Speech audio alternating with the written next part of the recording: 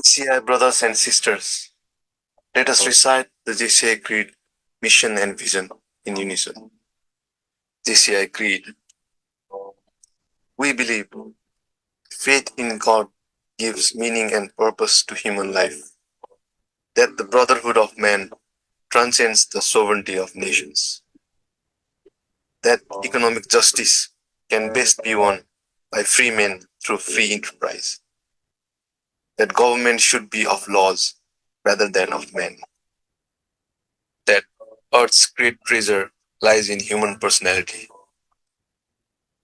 and that service to humanity is the best work of life. JCI mission: provide leadership development opportunities that empower young people to create positive change. JCI vision: to be the foremost global network of young leaders. Yes, EVP, you can take over. Thank you so much, Mr. Bernice. Keynote speakers, Mr. Sanjay and Bernice Chin-Langshaw, national officers and appointees, chapter presidents, all the JC fellows, good evening and namaste. It's an absolute pleasure to welcome you all to this online session of JCI Nepal on Master the Art of Winning, your ultimate guide to winning debates and public speaking championship, where we have Mr. Sanjay, who is 2024 ASPAC Public Speaking Champion, and we have Miss Bernice, who is a JCI certified trainer and 2020 JCI Malaysia Top Debater. Today's session is more than just delivering a message. It's about connection, inspiration, and exchange of ideas that have the potential to spark change. So let's engage, encourage, and most importantly, enjoy this opportunity to grow together. Without further ado, let's get started. And here I present you Mr. Sanjay, and the floor is all yours. Thank you. Thank you very much, EVP Saurabh. I hope I'm clearly audible and visible. Okay, great. I'd appreciate if more of you can be on camera. I totally understand. You may not be completely camera ready, but that's okay. It's just great when I have some faces to look at rather than just profile pictures. Nevertheless, I think it's great to. So it's great, and I must say before I start, I must place on record my appreciations to JCI Nepal for conducting such a program, for conducting such an orientation. And the reason I do that before I start is I think it's very important to understand the importance of the competitions that we are looking at, to look at the kind of potential and the kind of opportunities that are available. All right. Now, what I'm going to do in the next about 15 minutes is it's going to be more of experience sharing. I'm not going to be really sharing slides or giving step-by-step information. I will be talking about my experience, my journey, and more importantly, how each one of you as active JCs can go ahead and make the most out of this opportunity that exists. To start with, I just want to set the context of how I want to break one sort of big myth or notion or misconception that a lot of people have. To be able to participate in the public speaking competition at the Asia Pacific level, you do not have to have a lot of experience. And then please don't take this otherwise when I say that you don't need to have a lot of experience. Of course, it comes handy. Of course, it's helpful when you have a lot of experience. But I'll tell you my experience of how I got there, and that's probably going to explain it better as to why I want to share that statement right at the start. Year 2023, it was my first ever national convention. By the way, I'm from JCI India, neighboring right there. So I would say we are part of the same country, part of the same land. We share a lot of similarities as far as it goes, and a lot of beautiful landscapes. So I'm just sort of right next from JCI India. I joined JC's recently, rather in the year 2022.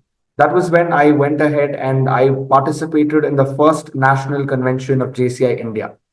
Now, when I was participating in this national convention, I got to know that there is a public speaking competition.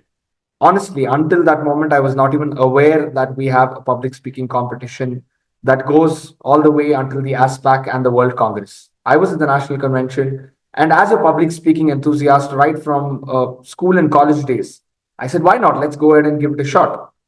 My mindset or the objective with which I went ahead was there is a competition happening. I need to give it my best. That was the national convention when I participated, and I'd say thankfully, hopefully, or gracefully enough that I won that competition in the year 2023. That is when I got to know that, oh, it doesn't stop here. There is more. And I must say, somehow that ignorance was bliss for me at that point in time. I didn't know the kind of, I didn't have that kind of pressure of, okay, you need to win this to go ahead and to represent JCI India at the Asia Pacific.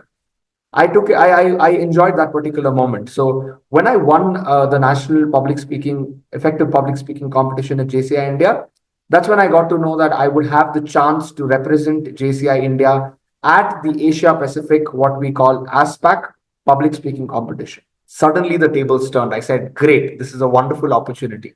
And I'd never been to an ASPAC before. Like I told you, 2023 was my first national convention in my JCI history or JCI career. So when I looked at this, it was really overwhelming. But again, I got a lot of support, a lot of guidance from members across. And that's the reason I said I have to thank JCI Nepal for providing this kind of an opportunity. Now, a lot of you may be aspiring to go ahead and to participate at the ASPAC public speaking competition. A lot of you may want to go ahead and to get that experience of what it is like to be at that stage. If you ask me, I think it's an opportunity of a lifetime. The reason I say that, and I put this in perspective, when I won the national public speaking level competition, I got to know that there is going to be an Asia Pacific Conference 2024. Since it was December 23, the Asia Pacific Conference that was going to happen was 2024. Last year, that happened in Cambodia. When I was looking at how it's going to work, what the details really are, so that's when I realized, and this is an information that's going to be helpful to all of you. At the Asia Pacific level, you're going to have two rounds as far as the public speaking competition goes. There is a preliminary round and a final round. Now, what happens in the preliminary round is all the countries, there are around 20 countries, pardon me, I don't know the exact number, but around 20 countries or maybe even more that form a part of JCI Asia Pacific. All countries send one representative for the public speaking competition. Debate, of course, Bernice will be talking about how that works. It's similar in a few ways, but again, I'll leave that detail there. But for the public speaking competition, there's going to be one representative per country. Now, how the representative is decided is up to that particular national organization. As I understand, JCI Nepal has a similar concept like JCI India, where they have a national level public speaking competition, and the winner gets the opportunity to go ahead and to participate. And more than participate, I want to use the term represent your particular country. Say, represent JCI Nepal at the Asia Pacific. So in the preliminary round, you're going to expect around 15 to 20 participants. Sometimes certain countries are not able to send in a participant. Last year, I'm talking about year 2024, we were 14 participants who were competing in the preliminary round of the Asia Pacific Public Speaking Competition. Now, there's a preliminary round followed by a final round. I think I was unmuted as part of a mass. I was muted as part of a mass muting. Yeah. So the preliminary round is going to have 15 to 20 participants come in. And from the preliminary, there's going to be a final round. One thing that I want to sort of clarify and talk about here is at the public speaking competition, you will receive the topic 1 month in advance. That's how it has been in the past. And I'm assuming, unless there are further changes, that's how it's going to continue to be. The topic is going to be provided 1 month in advance. The nature of the topic is going to be reasonably understandable. Now, why I'm saying that or why I'm using that term very diplomatically is at least last year, the topics that we had at the Asia Pacific were rather easily understandable. For the preliminary round, the topic we got was the impact of social media on mental health. You need not make a note of this. I'll be sharing this information, so you'll be able to track it down really easy. But the topic that we got was the impact of social media on mental health for a preliminary. And for the finals, the topic that we got was the impact of technology on human relationships. I know it sounds a little similar, but different in its own right. So, first things first, step by step. First thing, we had to participate in the preliminary round. We had 14 participants last year. We picked our speaking order. It was a random, picking of lots. You do not get the chance to stay in the hall before it is your turn to speak. Now, why am I sharing all of this information? Small details, but these are really helpful with your preparation and with your mindset when you walk into that competition. Firstly, I hope that all of you are going to participate in the national level competition that JCI Nepal is going to organize. Go ahead, give it a shot. I'm telling you, I was not 100% prepared. And like I told you, my mindset was not looking at the end goal or not looking at what next. I was not even aware that there is an Asia Pacific public speaking competition. Please go ahead, participate, and give it a shot. Give it your best at the national level public speaking competition. You never know. You might win and you might get the chance, the golden opportunity to represent JCI Nepal at the Asia Pacific public speaking competition. So when you go there, when you go to the public speaking competition at ASPAC, there's a preliminary round. There's a speaking order that is determined by a draw of lots. You get your chance or your order number to speak, and you have to stay outside the hall or the auditorium, the venue where the competition is going on, until it is your turn to speak. My turn was number 12, if I remember correctly. 11 or 12, I don't remember the exact number. So I had to stay out while the first 9 or 10 speakers spoke. I got a chance to go in after that. I'd say it works well in a lot of ways. You don't have the pure pressure of looking at who's performed before you, getting confused, getting overwhelmed with what their content is, what they have spoken, what you are going to talk about. Somewhere it's advantageous to stay outside. So when it's your turn to speak, you're invited in the hall, you're invited onto the stage, you go ahead and you start speaking. Now, what do you actually do there? I told you that there's a topic that's given, there's a preliminary round, you win at the national level, you get a chance to go to the ASPAC. Now, a few important details. At the ASPAC, your speech topic is given to you in advance. There is a duration. The duration of your speech is supposed to be 5 to 7 minutes. It's an important information to make note of, because sometimes at the national level, you may have a 2 to 3 minute speech limit that's given to you as far as the competition at the national level goes. At the ASPAC and beyond, it's 5 to 7 minutes, which means you need to speak for a minimum of 5 minutes and a maximum of 7 minutes. Nothing less, nothing more. You speak less than 5 minutes, it will unfortunately lead to disqualification. If you exceed 7 minutes, it's going to lead to disqualification as well. Why is this point important? Your preparation is going to really depend on the amount of time that you have. So 5 to 7 minutes is the timing that's given to you. The topic is given to you in advance. You enter the hall, you start speaking your 5 to 7 minutes on stage, and that's about it. So all the participants, 14, 15, 20, whatever number of participants that we have in the preliminary round, all of them finish speaking. This happens on the second or the third day of the ASPAC, depending on the schedule. You can check the schedule for this year. I'm not sure if it's already out, but you will find this detail well in advance, so you can prepare and you can know what you want to do at the ASPAC overall in the conference. You finish the preliminary round. You wait for about 15 minutes in that very hall,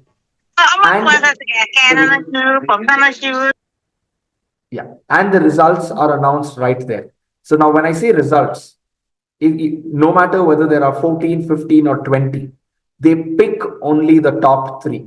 At least that's how it was done last year. I'm not sure if it's going to change to 4 or 6, but it is top three that are going to be picked. Now, top three are going to be announced in no particular order after the preliminary round is over. The preliminary round is complete, and then you have the final the next day, the day after your preliminary round.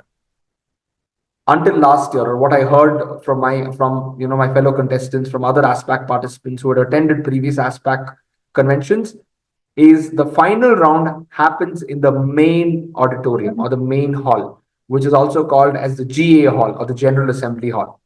Why is that detail so important? Why am I stressing on that? The preliminary round, when you have the preliminary round, this one, okay. The preliminary round is going to happen in a rather small hall. It's going to be a medium-sized hall with only 200 participants. But the final round is going to happen on the main stage where the General Assembly of the Asia Pacific Conference is going to happen. And you're going to have an audience of approximately 1,500 to 2,000. I know it is a little scary when I say that. I don't want you to run away thinking, why are you here? Are you here to inspire us or to scare us? But trust me, it's a beautiful feeling to be up on that stage. So when you're on that stage, I think it's a wonderful experience. Again, 5 to 7 minutes. Like I told you, the topic is different, but this time it's only 3 people who are going to be speaking at the finals. The 3 people have spoken, and at the award ceremony, they declare a winner. There is no runner-up. Since there are only 3 people, it's only one person who's going to be declared as the winner of the Asia Pacific public speaking competition. Now, the cherry on the cake, or what makes it even more exciting and interesting, the winner of the Asia Pacific Public Speaking Championship gets a chance or gets the opportunity to represent Asia Pacific. JCI globally, if you look at JCI International, we're split into 4 areas. Asia Pacific is one of them. You have Europe as the second one. You have Europe and Africa, Europe as the second one, Africa and Middle East as the third, and America as the fourth. So there are 4 different areas. The winner of each area gets the opportunity to participate in the public speaking competition at the World Conference, which is the ultimate or the largest conference as far as JCI is concerned. It's really an exciting journey if you look at it that way. Now, I've just spoken about the process so far, how it works. At the World Congress, it's similar again. You get the topic 1 month in advance. There is a 5 to 7 time limit, but again, there are only 4 participants.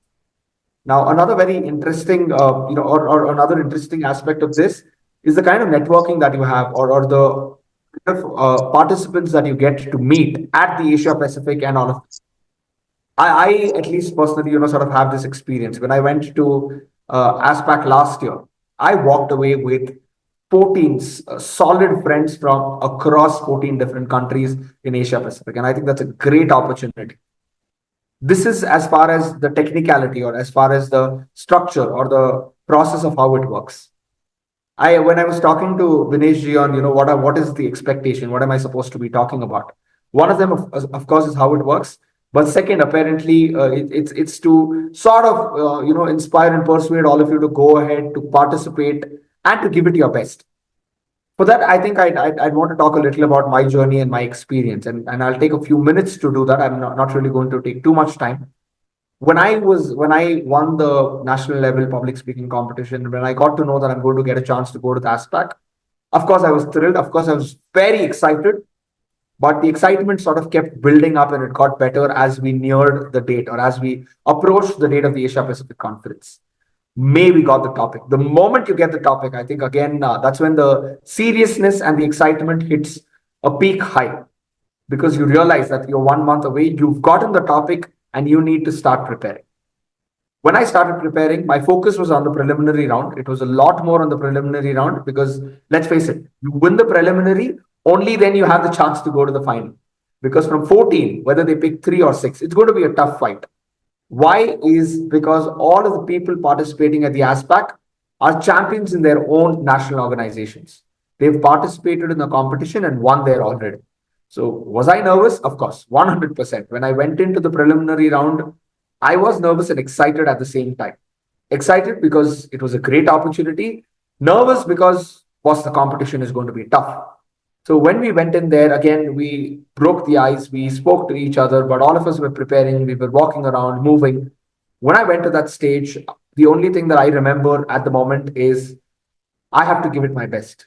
This is the ultimate opportunity that I have gotten in my life as far as public speaking goes, as far as the competition goes, and I wanted to give it my 100% on that stage. So I went ahead with that mindset.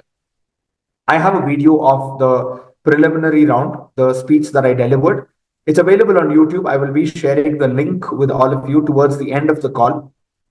You can take a look at that. And I think I performed reasonably well. Of course, I think the judges also thought so. That's the reason I was part of the top three after the preliminary round was over. And I think the transition after the preliminary round to the final round was fascinating. As far as the preliminary was concerned, very honestly, my mindset was I'm here for this competition. I have to give it my best. But the moment I won the preliminary, I think that the entire mindset changed. I started looking at it from the lens of it's not about me as an individual anymore. It's about my national organization. It's about my country. And I think that feeling is wonderful. All of you can relate. For it overnight, and I'm telling you, today we had the preliminary at 11 a.m. in the morning. The next day, the following day, we had the finals at 9 a.m. in the morning, less than 24 hours.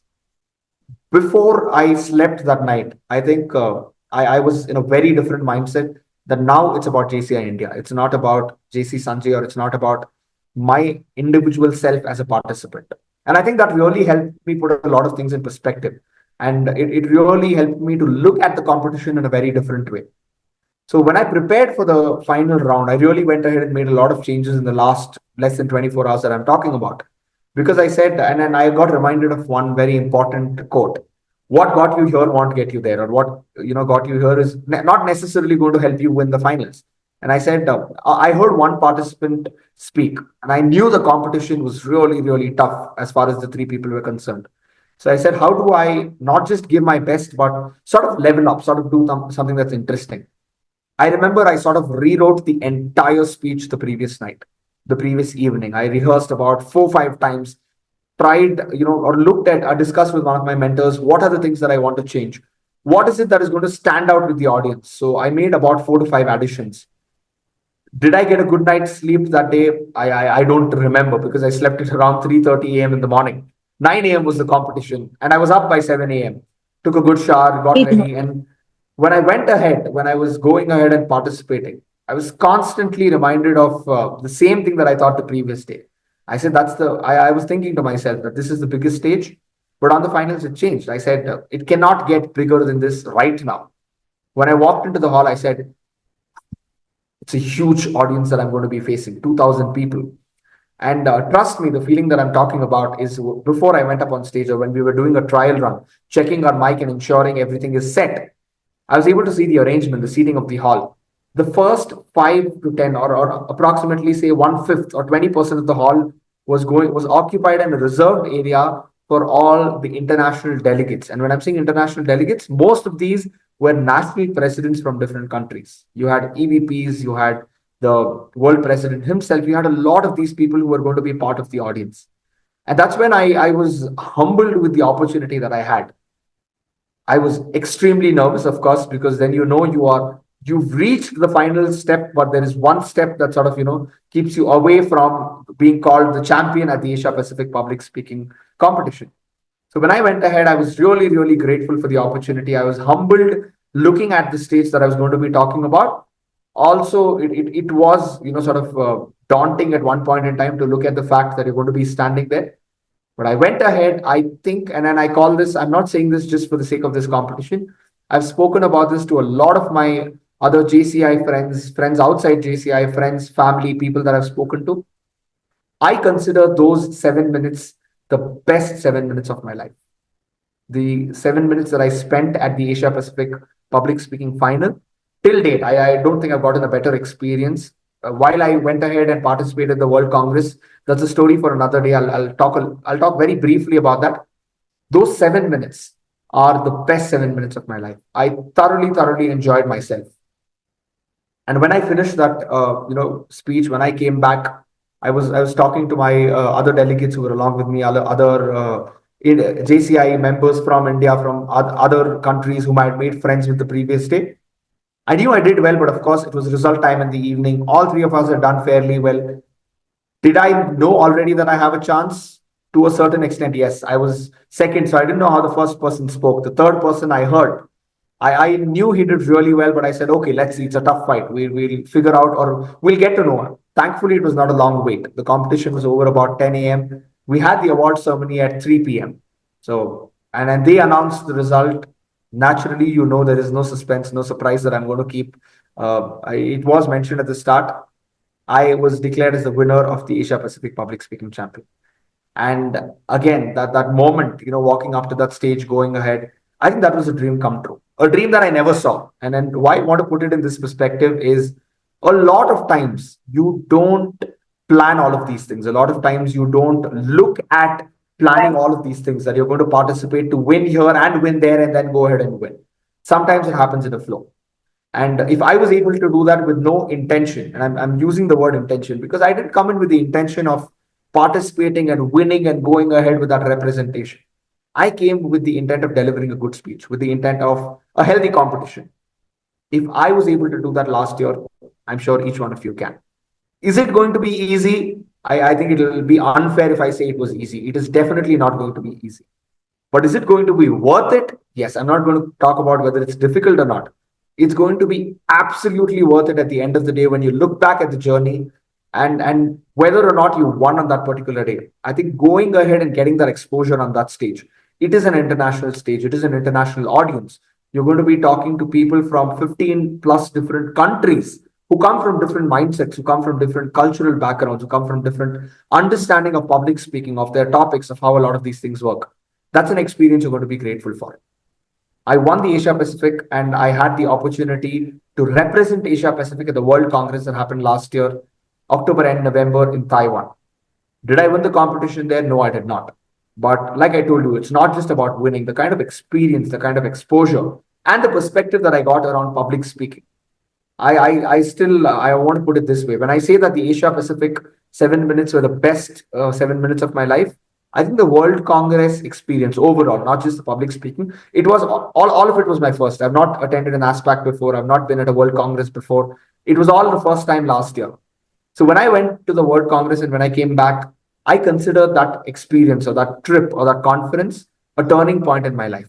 And I tell this to a lot of my friends. I think I can define myself as pre-World Congress and a post-World Congress because that's sort of the change in mindsets. That's sort of a change in attitude that I've had over the last, say a year with all of these experiences put together. And there are a lot of things I think that, sort of play an important role. And I'm not going to be covering too much in depth. I think it'll require at least a couple of hours if we do that. Is as far as the preparation and as far as the delivery of your speech goes. It has to be top notch. Now, why I'm saying that is, of course, and you will realize that all of us have been in JCs, we've been doing public speaking, effective public speaking, speech craft, zone trainer, so on and so forth. So when you go ahead and you do that, you realize that you need to level up after every particular competition. And thankfully, so I had the opportunity, probably, God's grace, I was able to do that. With every level of the competition, you try and get better. And it's not about the competition at the end of the day. When I look back, have I become a better person? Have I become a better public speaker? Am I able to approach that situation better? The answer is definitely yes. As an individual, as a public speaker, I believe the answer always has to be yes. It was yes, all the more because of the kind of experience I had. So I think I'm going to draw it to a close here as far as the experience goes because it's never ending. It's one that you can keep talking about. It holds a very special place in my heart. And sometimes I think you will find me being a little too partial or a little too connected and attached with this whole competition and with this whole space. But I think it's in a very positive way. I'm not going to think of it in anything but an opportunity that changed my life. And I tell this to a lot of people. I'm probably going to talk about it here. Just go ahead and give it a shot. You never know when or what particular instance your life is going to change. And another thing that I heard from a lot of speakers growing up or in my public speaking journey is be very careful what you speak and where you speak. You never know whom you're inspiring. Because I remember after I finished the ASPAC, when I spoke to a lot, I made innumerable friends. I cannot even count the number of people I met, I'm grateful for that. And I really, really thank God every day for the kind of opportunity that I got. So my simple message to all of you is, while it sounds like a daunting task, while it sounds like something impossible, it is something that you can go ahead and you can accomplish. All you need to do is take that first step. I still talk to the person who helped me or the person I was coordinating with for the national level public speaking competition. I had no plans. I saw a message. I texted that person on WhatsApp. I said, "Can I participate?" He said, "Why not? Have you registered for the NatCon, the national conference?" I said, "Yes." That's how I went ahead and participated. So it is about taking that one step.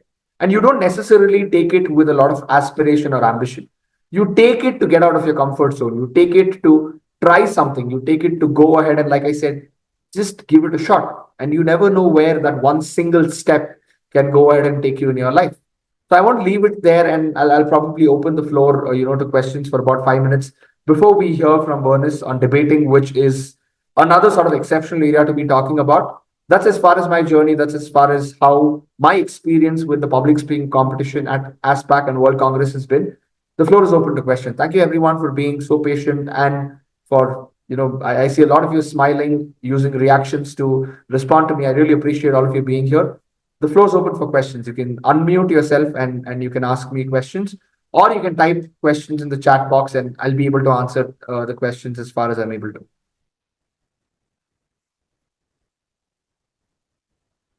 Yeah, I think JC Aman, JCI Kirtipur President, we have a question from you.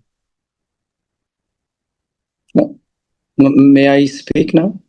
Yeah, please. Yeah, please go ahead. Yeah, thank you so much, Sanjay. It was really interesting how you started this journey there.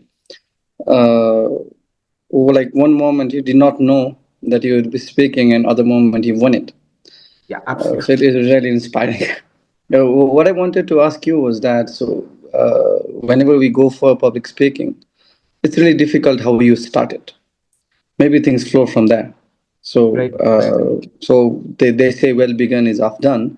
Absolutely. And I'd like to ask you some tips how you can put right your first foot when you start public speaking. Thank you. That's a very, very, I'd say, pertinent and a very specific and a thoughtful question. How do you start, or what do you really do when you have to begin a speech? Well begun is half done. Absolutely. I think I personally believe, from my experiences and as a public speaker, you have the first 15 to 30 seconds to grab the attention of the audience and to sort of captivate them, to keep you within, I don't want to use the word control, but to have their attention. It's about the first 15 to 30 seconds. And let's face it, all of us have to do it. When you go for a competition, it's not necessary that everyone in the audience knows you. Now, when I come here, thankfully, you've already put me on a pedestal. You say that I've been the ASPAC champion, so it's easier for me to grab your attention. But when I went on that stage to participate, not really. What is it that you do? What is that interesting or innovative concept that you're able to bring about that catches hold of the audience? I'll tell you something that I did, and then you'll see it in the video. I don't like starting with good morning, good afternoon, or I'm going to talk about this topic. The moment I went on stage first, I stood, I glanced at the audience and I smiled, which I think is a good icebreaker. You give them a minute to sort of sink in and they look at you. They say, okay, great. And then I started saying, raise your right hand if you've ever fallen in love. Come on, let me see. Some of them started smiling, saying, why is he asking us a question? I said, come on, go ahead, raise your hand. So a few people raised their hand. I said, okay, looks like very few people have experienced love so far.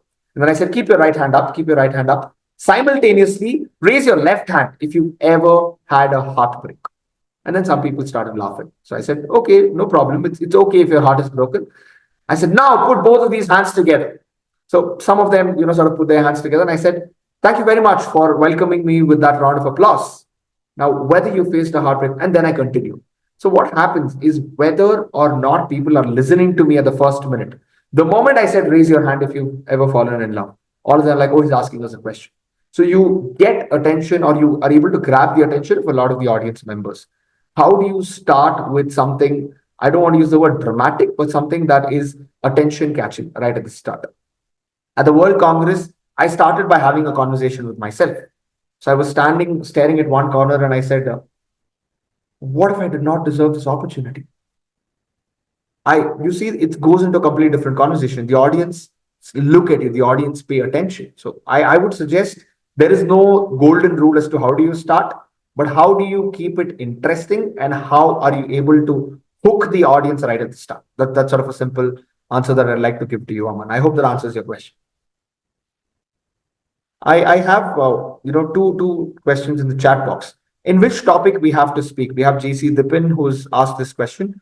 The topic is going to be provided to you 1 month in advance. 1 month before the competition happens, you're going to be given the topic. At the national level public speaking competition, it is up to the organizers. Sometimes it's given 2 weeks in advance, sometimes 1 week in advance.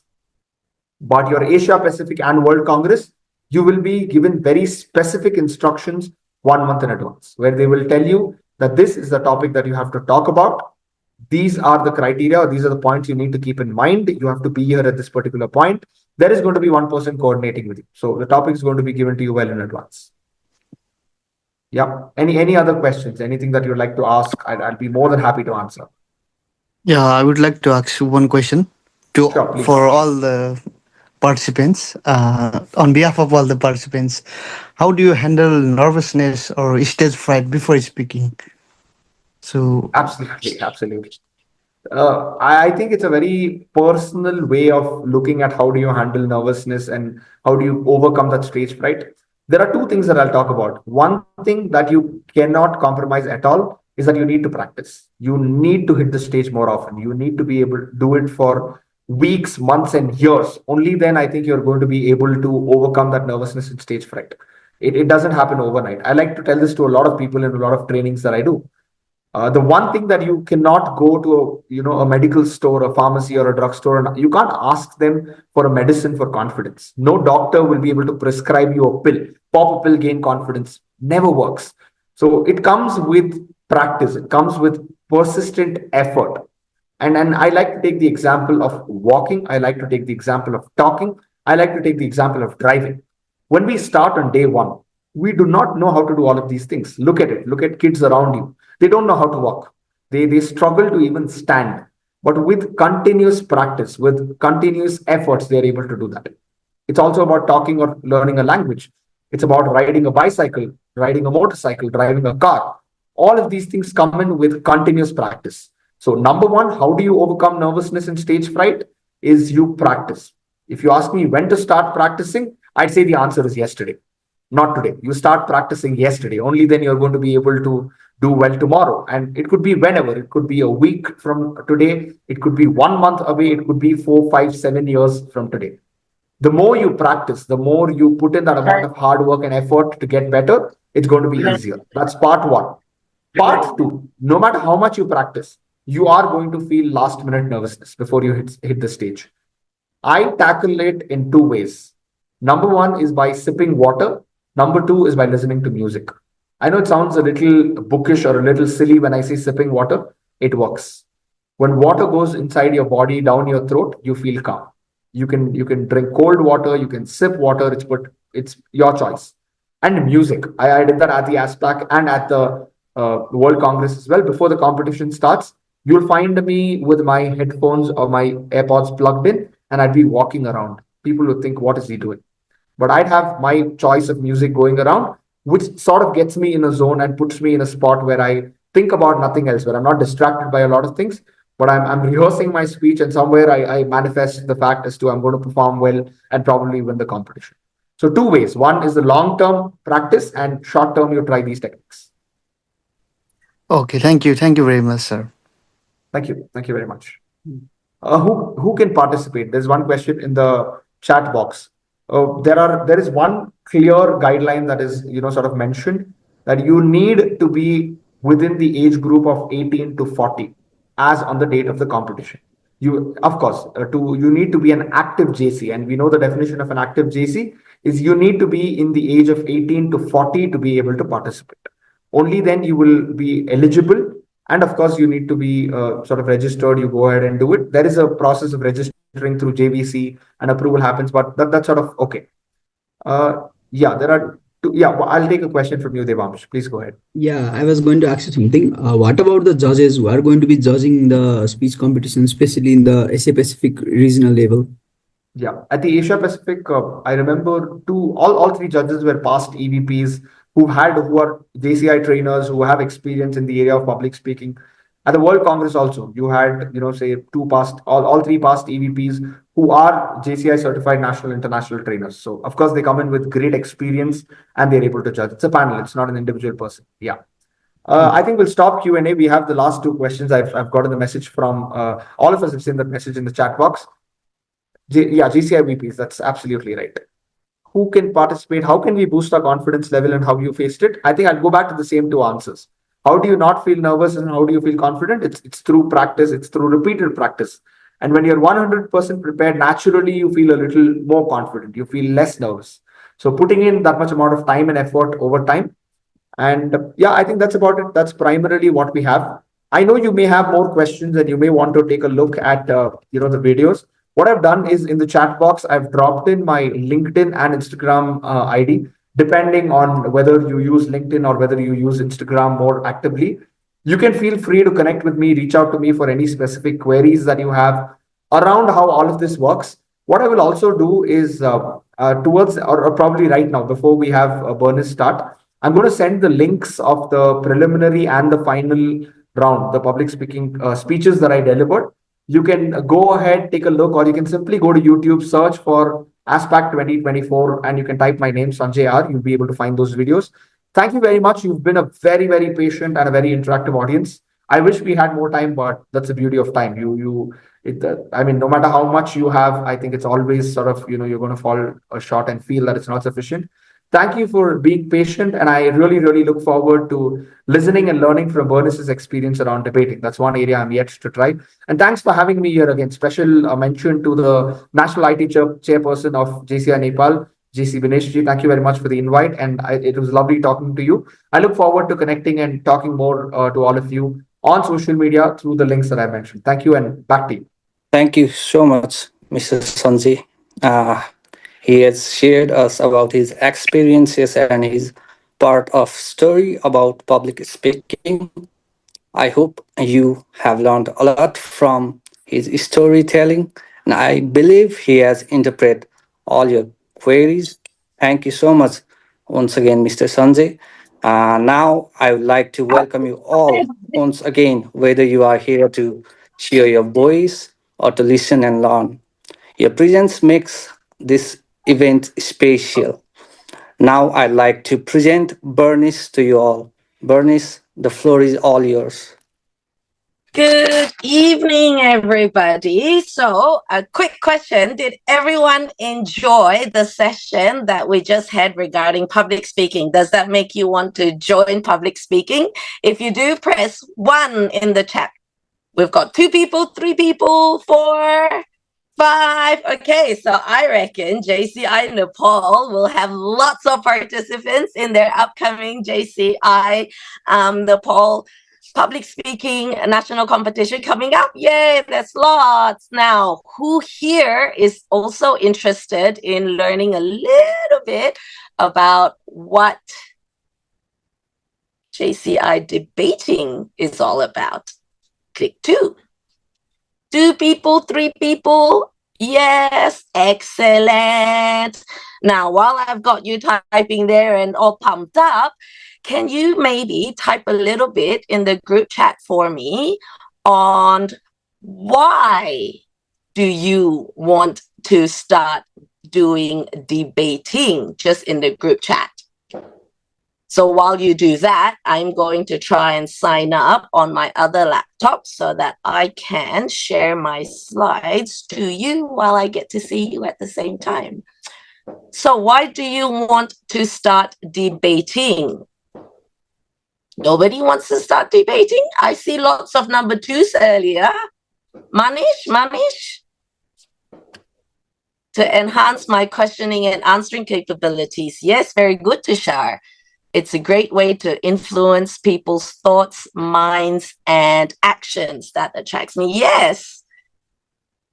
Dewash, to challenge ideas, gain insights, improve communication skills. That's really, really good. Those are magnificent ones on what you can get out of debating. Do I only have 3 people? I'm pretty sure I had at least 10, 20 people saying 2 earlier on.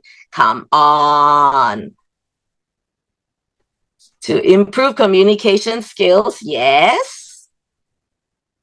How to negotiate and win an argument. That's correct. So the difference between arguing and winning is having the facts and being able to persuade the other party that what you're saying is the correct one. All right, and what else have we got? To enhance critical thinking and putting forward views clearly while having effective communication. JCI Kirtipur, well done, President. How to negotiate and win an argument. I've read that. To impact on society. Yes, yes, those are really, really good ones. Now, if the tech team can give me hosting rights on my other one, that way I am able to share my slides. Please wait a moment. JCI Belcott is now TikTok. Okay, excellent. All right, well, I see lots of people who are super interested in here. That's great. All right, let me share. Bernice, now you are co-host in another. Thank you. Thank you, thank you, thank you. All righty. Let me get that share.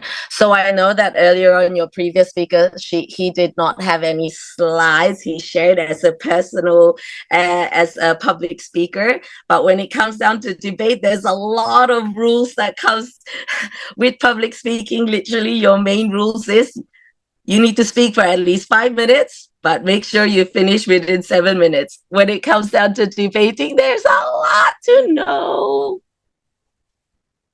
Okay, so one of the main ones would be here is, before I get started, there is some ground rules. I know a lot of you guys have got your cameras on already, so thank you very much. But if you are able to join us, because this is a public speaking and debating workshop, please turn on your cameras so that we know that you're here with us, and that would be amazing.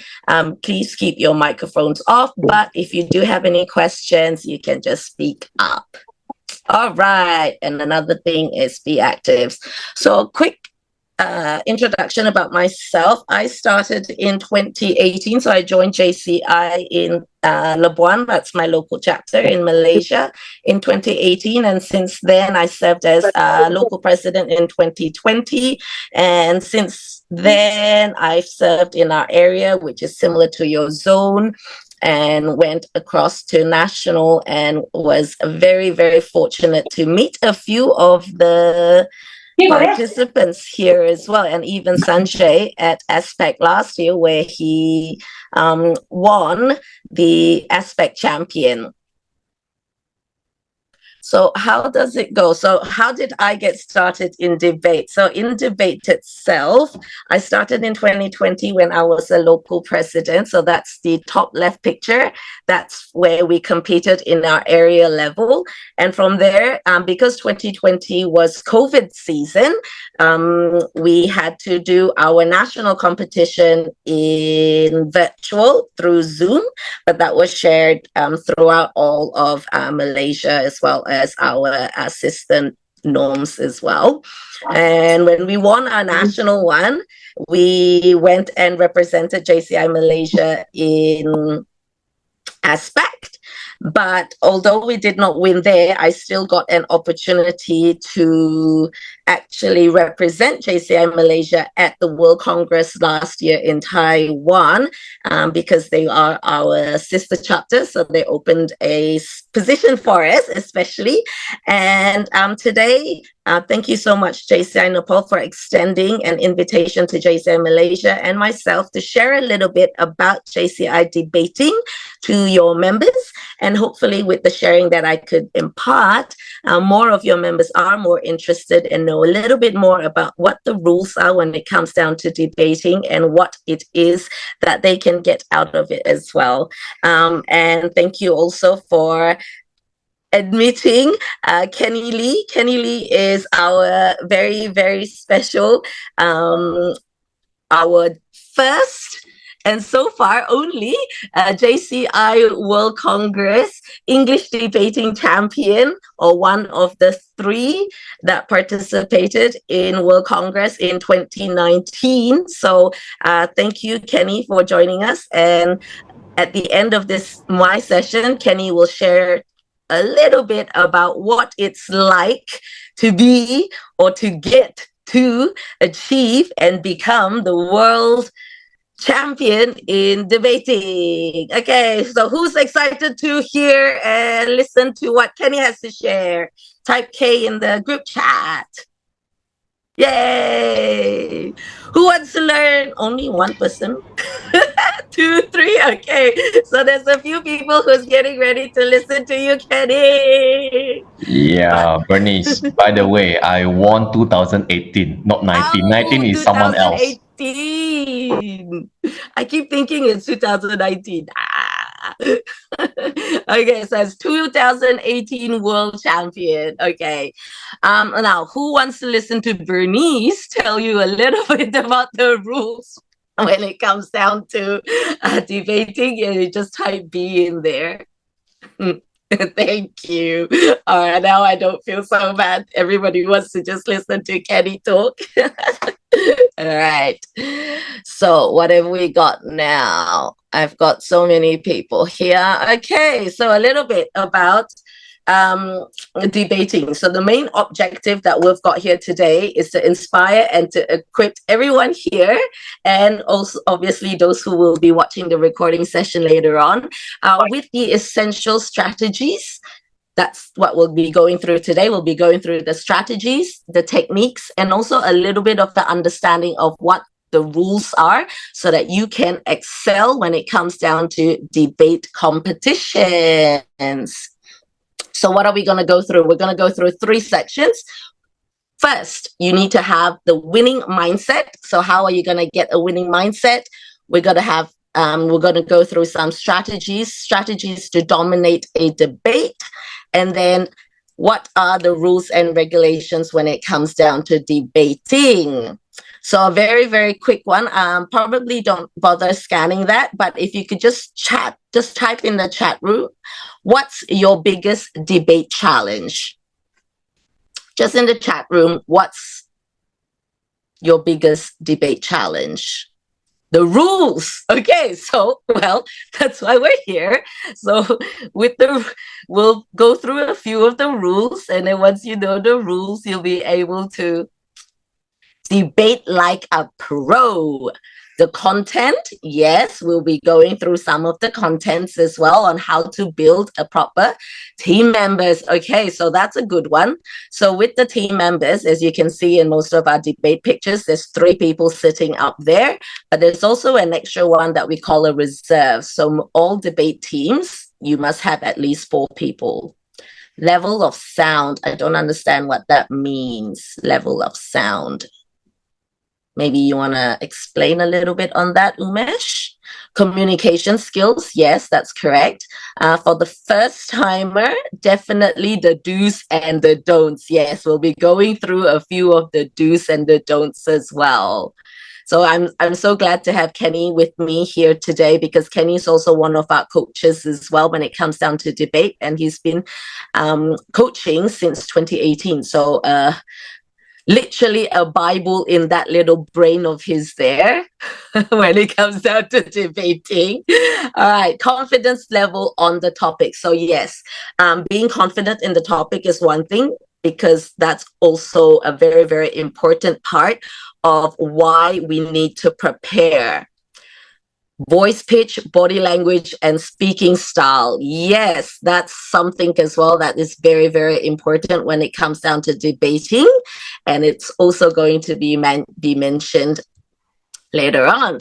Okay, very well. So that's a very good starting point there. We're running out of time. Well, that's correct. Debate has a time limit, and yes, you need to make sure you speak within the time period that's given. So earlier on, I was given 20 minutes to do my session, and I was telling Finesh, I was like, that's not possible to just have 20 minutes to share this. It's just too much. So yes, thank you for giving me additional time so that it's, because of the rules, there is quite a lot that needs to go through. And yes, eye contact and simple language. Yes. So even though we're in this session online, I try very, very hard to look at the camera so that you can see that I've got eye contact with you. But that is why I also ask that you do have your camera so I can see you and I know who I'm talking to. Yes. So yes, having eye contact and speaking simple languages, especially because, especially in ASPAC or Asia Pacific, there's people from all different countries. So you sometimes have a slightly different accent. You speak at a different tone, and keeping the modulation there, and keeping simple language or simple words makes it a lot easier to connect to your judges who's giving you the points and also the audiences who's watching your debate. The rebuttal pressure, you guys know the rules already. You know that you need a voice, you know that you've got time, and you know that you need to rebut. So we're on a good start here, Kenny. I like it. Okay. So let's get started. So how do we get to be the winning mindset? So the most important thing that we need, obviously, for all everything that we do, even in public speaking, it's very relevant, is you need to go up on stage, or before you even go up on stage, you need to already know that I'm here to win. Doesn't matter how I do it. That's all the prep work that goes into it. But at the end of it is, I'm here to win. So how do you get yourself into that mindset? Can I just get you guys to maybe type a little bit about why is it that you want to win a debate competition? So let's see. Who wants to win a debate competition, or why do you want to win? Is it because you want to be known as JCI Nepal champions? Or do you want to be what? Nobody. National glory. Yes. So for us, we got to carry our flag on top. Maybe one day we will see JCI Nepal's flag on top of the Asia Pacific stage. Wanna so here, Nepal. Yes, correct. I need to be able to convey my points and educate, and yes, win the title. Thank you very much for those answers. Nobody else wants to win? You guys don't have the winning mindset on yet?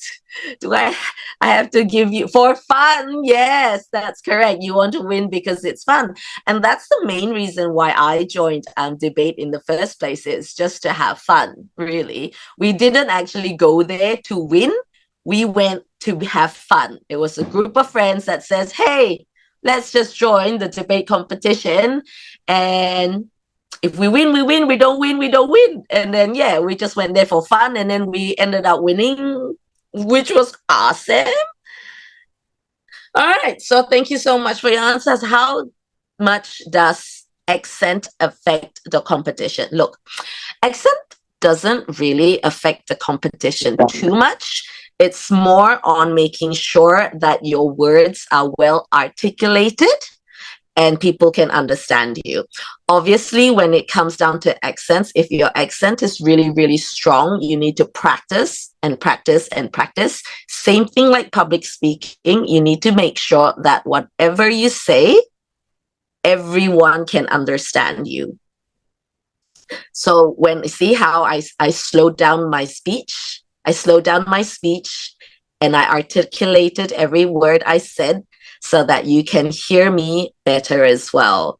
So yes, so you want to, yes, thank you very much, Kenny, is using simple language and then control the pace. So when you're excited about something, you speak a lot faster. When something's really, really more serious and you want to give them a little bit of a thank, then you would slow things down a little bit. So it's similar to public speaking, but the time's just a lot shorter that way. Striving to win pushes individuals to grow, learn, and enhance their skills. Yes, that is very correct, JC Dipin. Well done.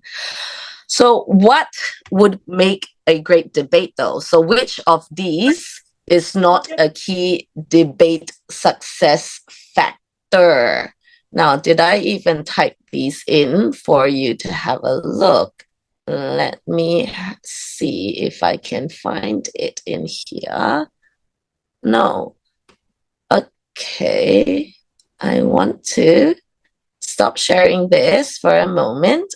So I want to ask you a question. Which of these are a key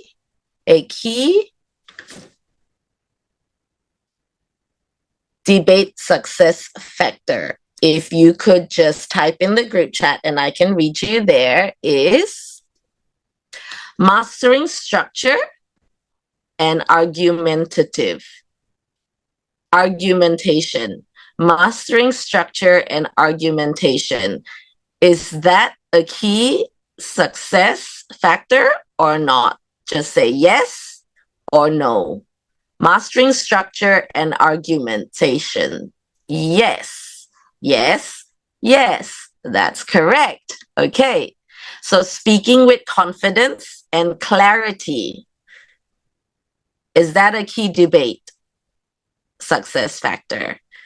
Speaking with confidence and clarity.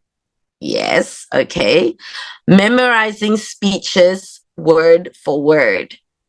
Is that a key debate success factor?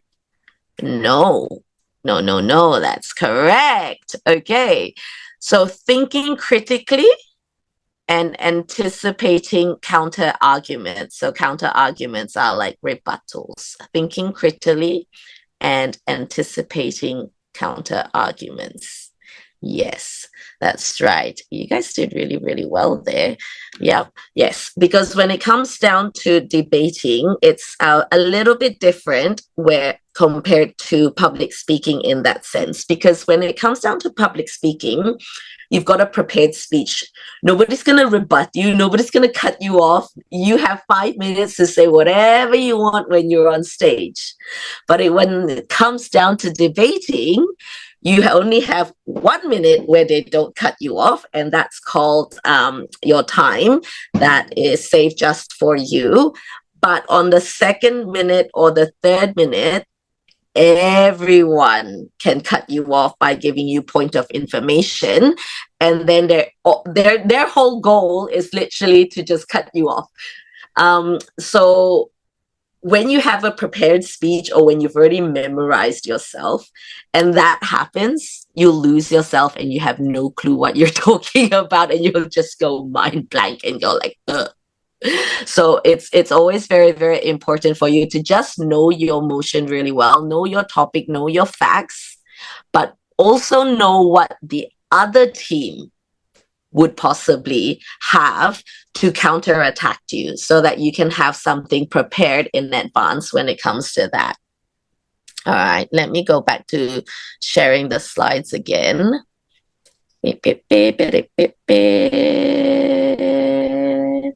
Where have you gone, Sue? See, this is what happens when I'm trying to use so many different systems and then I have no clue where I'm going.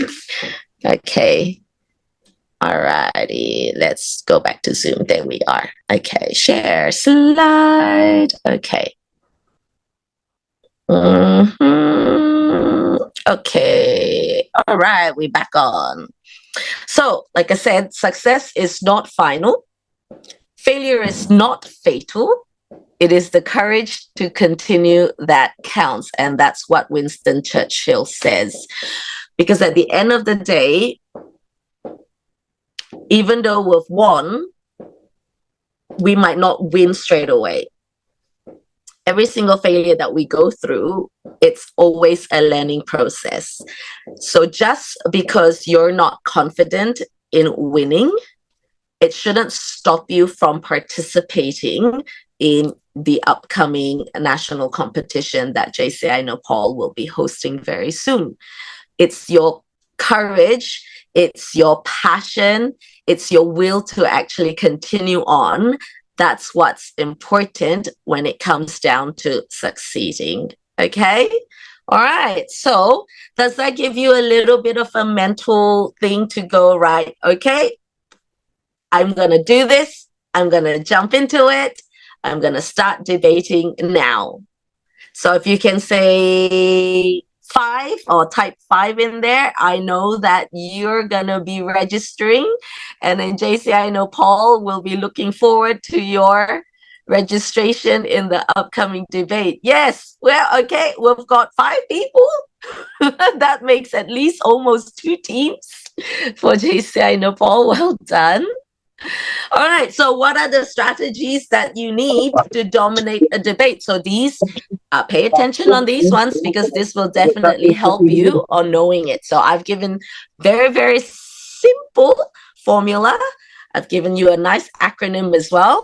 So it's prepare like a pro, because earlier on you guys were saying, I was like, how do we know what type of information do we need? So when it comes down to debating, you are very, very lucky this time around, because when we were debating in 2021, we were given our motions, 8 motions for Asia Pacific, 8 motions, and we had 24 hours to prepare. Now you get 30 days to prepare 8 motions, and with AI now and ChatGPT, it makes life so much easier to do a lot of research in both the for and against motions. And so you guys don't have any excuses on how you cannot prepare like a pro. All right. And the next one is argue with structure. So when you're debating, there's a very clear structure on how you need to debate. And this is mainly because I'll show you a little bit down the track on this session, is there's a score sheet that the judges use, and they will score you based on that. And if you do not follow a very clear structure, you could be penalized when it comes to that as well. So make sure you argue with very, very clear structure. R, rebut with power. So when it comes down to rebuttals, that is why it's very important when you prepare earlier on that you also anticipate what the other opponents will be saying or what their points would be. Because when they rebut you, you already know what they're going to say, and you already know how to answer it in advance. And that is why it says that you think fast and you can dismantle them. So even though you can get stuck and they would go POI on you, you can just go, yes. And then they can ask you and you can answer, and you can go straight back into what you want to cover in your talk itself. And that would make you look so professional, and you're going to get so many points because of that. All right. And the last one is C. You want to stand up there and you want to command the stage. So be confident. And one of you guys earlier on also mentioned that having voice modulation, being able to articulate and speak clearly on how your delivery is, your persuasion skills. It also comes down to non-verbal communication skills as well. How you can stand out there and how you can command and how you can have nice eye contact with your judges and your audiences, how you could put in some pauses in there, how you even put in some humor in your debate. All of these will show, and you could score amazingly if you were to take this into account. So debate domination formula is PARC. All right. Prepare like a pro, argue with structure, rebut with power, and command the stage. So remember that when it comes down to debating, you just need to park it. All right. If you're up with this, can you type park in the group chat for me so I know that you're still following us? Thank you very much, National President, JCI Senator Rajani Thapa, for joining us in this session. We're very, very happy to have you join us today. Yes, I will go through a little bit more about SPEAR. Don't worry. All right, so remember here, when it comes down to preparation, by failing to prepare, you are preparing to fail. Benjamin Franklin said this, and it's something that is very resonant to literally every single thing that we do as a JCI member, because we do create a lot of projects as well. But when it comes down to debating, when we do not spend time to prepare, we're literally going in there to fail. Maybe you're just going in there to just go on stage for the sake of it. But yes, how do you prepare it like a pro? So these are very, very quick steps that I've typed in there so you can have a look at it. So number one is you want to make sure you counter your points before they're made. So when you're researching as well, you need to know that you need to not only prepare for the motion, you must also prepare against the motion, because you have no clue whether you'll be going as the governing team or the opposition team or opposing team. You are only given 15 minutes. So they do give you 30 days now with all your motions, so you can prep in advance. But you literally only have 15 minutes when it comes to drawing the lot on what your motion's going to be like, and you must already have it all prepared, ready to go. All right. When you are prepared, it also gives you a lot of confidence, and you're also got the ability to adapt to anything that your opponent throws at you. Like I said earlier on, you want to make sure that you prepare on both sides.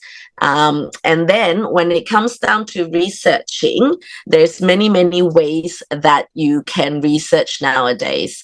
Researching, you need to make sure you have your facts. You can research and have some data in it, research and have what similar examples are there available at the moment, and where can you find all of these. ChatGPT is amazing, but you must be able to filter it, and you must know how to put in the correct prompts for it to come up. So topics are given a month prior. Yes, that is correct. You get 30 days now. So you're very, very, very lucky, because when we were doing it before, we didn't have ChatGPT. All we had was Google, and we had to filter through so many things, and we only had 24 hours. So yes, it is a lot easier now when it comes to debating and when it comes down to researching. All right, I want to do a very, very quick activity. Type in the group chat, just a very quick one. Should AI replace human teachers? Yes or no? Just yes or no in there. No. Okay. No. AI can't replace humans. Oh, somebody has yes. I like. Okay. So we've got Dipin says yes. Everyone else says no. Good to know. No. Okay. We only have 1%. Okay.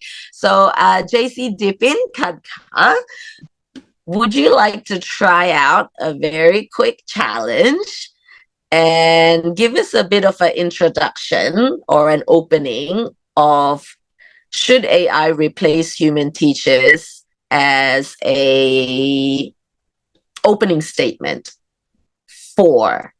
So as a governing team, should AI replace human teachers? Maybe give it a little bit of a type, or you could unmute yourself and share if you're available. I can stop sharing.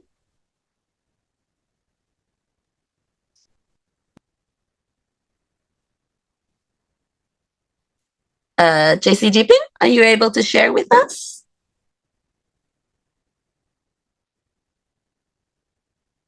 Yes. Nope. Okay. All right. She's not there with us. Okay. All right. So maybe something that where AI can provide 24/7 learning support, never gets tired, and offers consistent teaching quality. Personalized learning. AI can adapt lessons to individual student needs, offering customized learning paths. scalability and accessibility. AI can. Did you just use AI to type this all out, Stephen? To reach students in remote areas where human teachers are unavailable. Okay, so that's a nice little one. Supporting, not replacing. Okay, well, as we all know, this is 21st century. It's all now. Okay, very, very good. See, that's a very nice start as a opening when it comes down to 4. But then we have so many people there that says no as well. Maybe one of you guys, any one of you guys, can try to rebut her on what she just said. Give that a bit of a try and go against the motion of should AI replace human teachers. AI is a good teacher after all. Yes. Yeah, does anybody wants to give it a try? Umesh? JC Umesh? On JC Padma?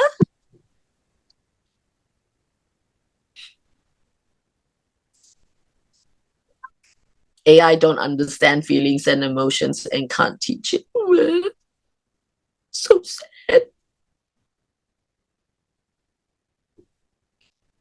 Anybody wants to go against what she just said about that?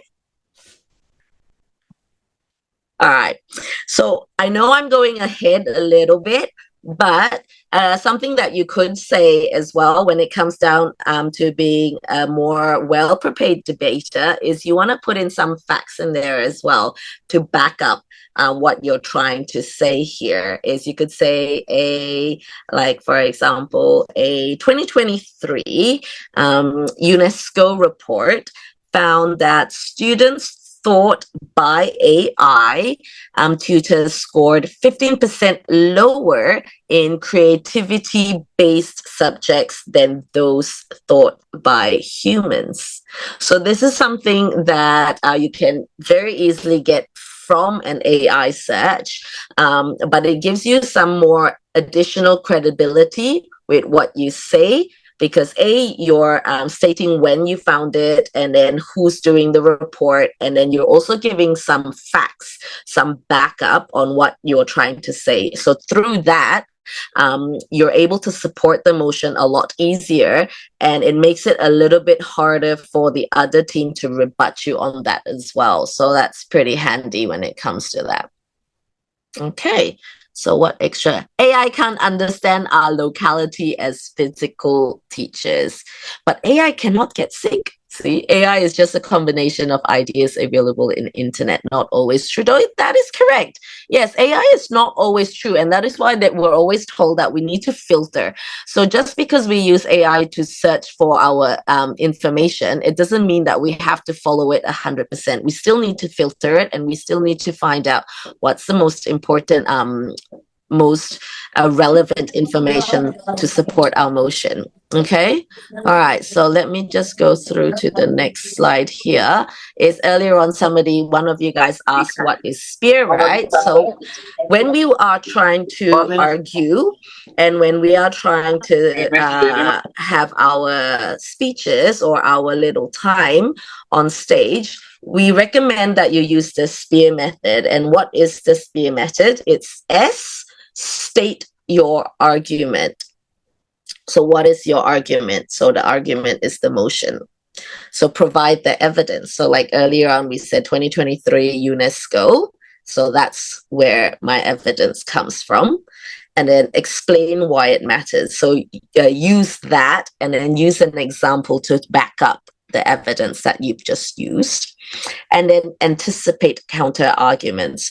So this is having a standby rebuttal for them if they were to come up against you, and then reinforce. So that's just a summary of what you've just said. Okay. So how would we put that into example? Would be for if we were using this. So school uniforms should be abolished. So how would we use it? All right. So when we say state your argument, we would say school uniforms should be abolished. So it's literally just repeating what the motion is. and then provide the evidence. So studies show that uniforms suppress individuality and don't improve student performance. So this is all just very simple one, obviously, just for exercise purposes. But when it comes to actual debating, you do need to build a little bit more on there. And then E is explain why it matters. So allowing students to express themselves enhances self-confidence. Anticipate counter arguments. So some may argue uniforms promote equality, but they stifle creativity. And R is reinforce. So individuality leads to better engagement and improved academic outcomes. So this is a very, very simple one where you can just use SPEAR. So if you remember what SPEAR is about, you just need to state your argument. You need to provide evidence. You need to explain why it is that it's meta, anticipate any counter arguments. So they might cut you, but before they cut you off, you can just give your little reason of why, okay? And then when you reinforce, it just means that you just wrap it all up, and then you just say individuality leads to better engagement, so why it's amazing, okay? Any questions regarding how to use SPEAR? If you're all good on this, maybe just type SPEAR in there for me so I can see that you guys are still on board. No, you guys need a little bit more extra when it comes how to do counter arguments. Well, great question. We'll be going through that later. See how I did that? That's because that's coming up right here. How do we do? Yes, so counter arguments would be very similar to debate. So when it comes down to debating, top debaters, this is how you differentiate a normal debater, an average debater, and a top debater. Is top debaters, you predict what arguments are going to come before the debate even starts. So this again brings us back to number one, is prepare, and plan you very, very well. Because when you do that, you can always have all that information there already. Okay, so top debaters, you have to predict your arguments well. And when it comes down to rebuttals and how you would do that, I'm pretty sure Kenny can talk a little bit more about that later on. But maybe what we can do is a little quick exercise in there is banning fast food will improve public health. So what options when it comes down to rebutting? If you were for the motion, what would you say? If you were for the motion, what would you say? Anybody want to give it a try?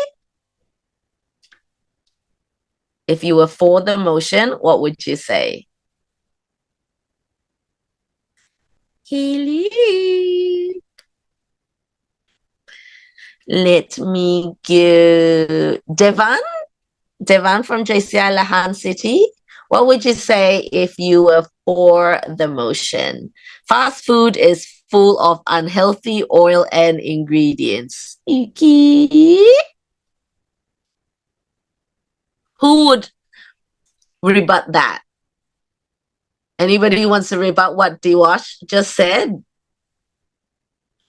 Because he said fast food is full of unhealthy oil and ingredients. How would you rebut that? Nobody wants to give it a try. Devan, you want to give that a try? Or Ushwala? Mm-hmm.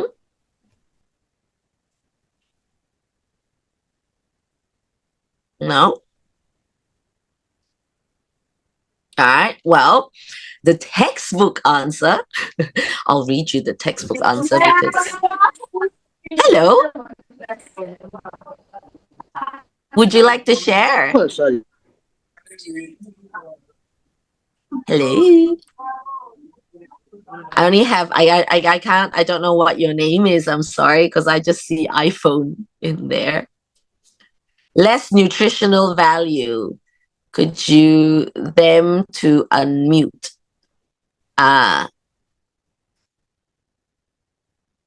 Okay. All right. So I'll just quickly go in there. So what you could say is when it comes down to what you could do to rebut this, if somebody was to come up to you on banning fast food will improve public health. So what you could say is that banning fast food won't fix public health. A Harvard study, so again, prove it, right? So a Harvard study found that people eating home-cooked meals can still develop obesity if they don't exercise. See? So this shows that lifestyle habits, not just food choice, impact public health. While some say banning junk food reduces temptation, research proves that education is a better long-term solution. So when you reinforce it, you would say, instead of banning, governments should focus on health education and physical activity programs. See how that brings everything into perspective? So when something is said like that, do you now go, would I prefer to be for or would I prefer to be against the motion? So let's type in the group chat. Would you still want to be for the motion or against the motion? Fast foods are cheaper. Yes, fast food. Sometimes some fast food are cheaper. Fast food is solution for working people who has limited lunch, yeah? Some fast food isn't that fast as well. You're still against the motion. Dewash is now for the motion. Personally, I would still go for the motion. It's really unhealthy, high salted. Yeah, well, some fast food isn't. Obviously, then you can always come up to other examples like Subway isn't very unhealthy. Then you've got Taco Bell and all sorts of other ones. What the result from fast food? We need to digest it. Yes. Okay. All right. So going back in there, I'm quickly going to go through this so that we've got more time for Kenny to share with us a little bit. The last one, so now that we already have, the last one is commanding the stage. How do we command the stage? Effective delivery is as crucial as content. So literally step 1, 2, 3 is being prepared so that you have really, really good content. But step 4 is being able to deliver. And this is something that one of our JC members mentioned earlier on is not sure how to be persuasive, not being confident, or not having the proper communication skills to be there on stage. So how do we do that?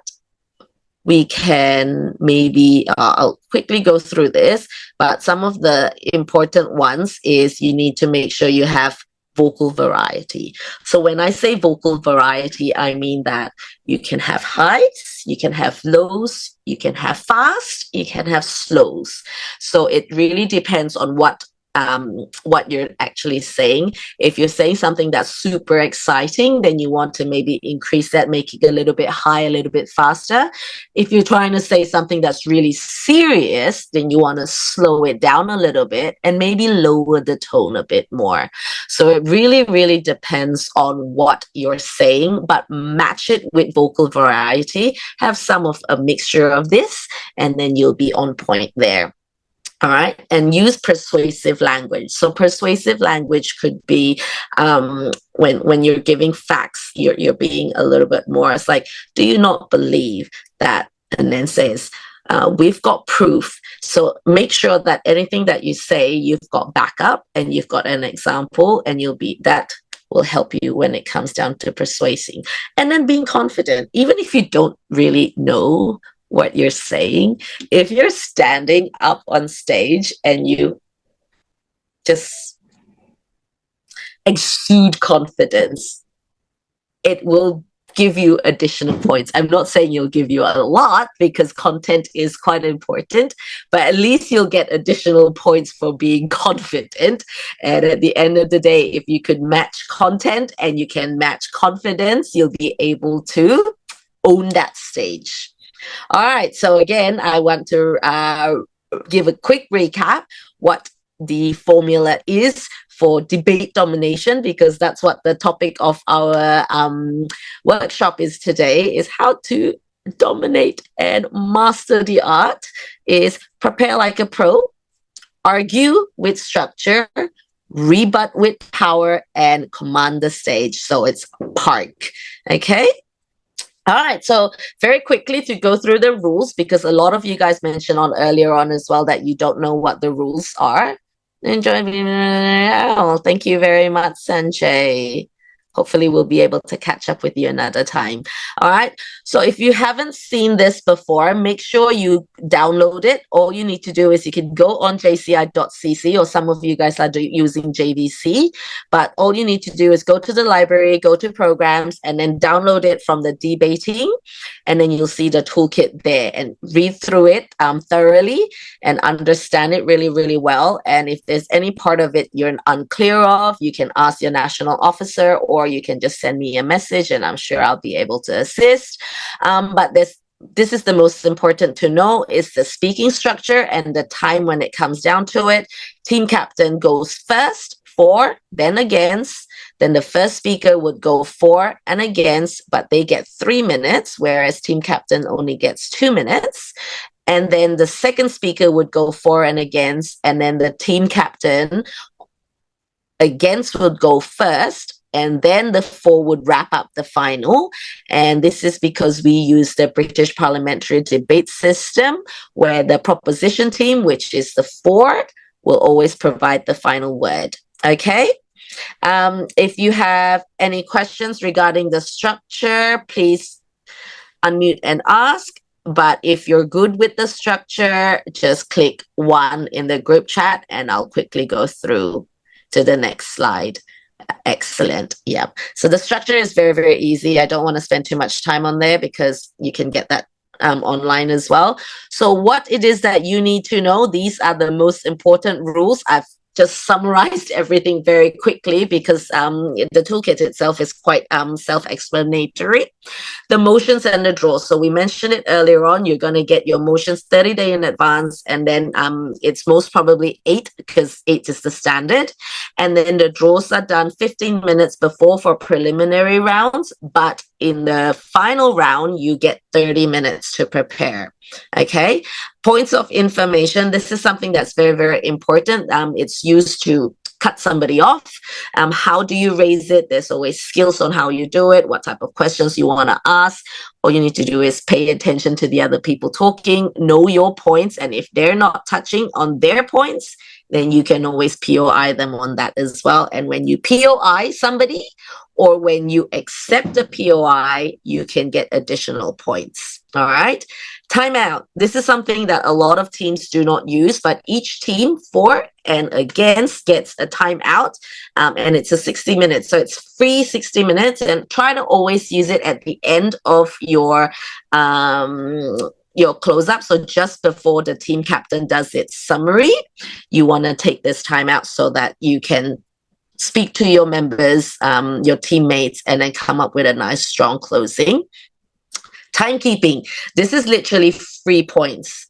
So if you stay within the time frame of, if you're a team captain, you speak for 2 minutes. If you're speaker 1 or speaker 2, you speak for 3 minutes. There's a leeway of 10 seconds before that or 10 seconds after that. Stay within that, and you won't get any time penalized. If you go over the 10 seconds, you could be penalized 1 point per second that you go over that. So keep in time. That's the most important part. And then know your judging score sheet. So who here has seen this score sheet before? Can you just type score in there? And if you haven't, please click X so I know if you've seen it. We've got a question. Rishav, is it good to accept a POI or put your thoughts across, even though POI is not aligning, but you've something to bring on the table? Okay, it is always good to take a POI if your time permits, because it shows that you know your thing well enough that you can always just get a POI. When you accept a POI, that's additional points to you. When you're able to answer the POI, that's additional points to you. If you're able to answer it really, really well, that's even more points. Okay. When their POI is not aligning to what you're saying, that's even better, because you can say to them straight away, I'm pretty sure you're out of, you have no clue what the motion is here. If you're listening to what I'm saying, the answer will be very, very clear. So you can just put it back onto them. Or if it's something that you don't know how to answer, but it is part of it, then you can say, my next speaker will be able to address that. Thank you for your POI. And then that means you've addressed them, you've accepted it, you'll still get points for that. Okay, I hope that answers it. But Kenny would be a great person to be able to share that further.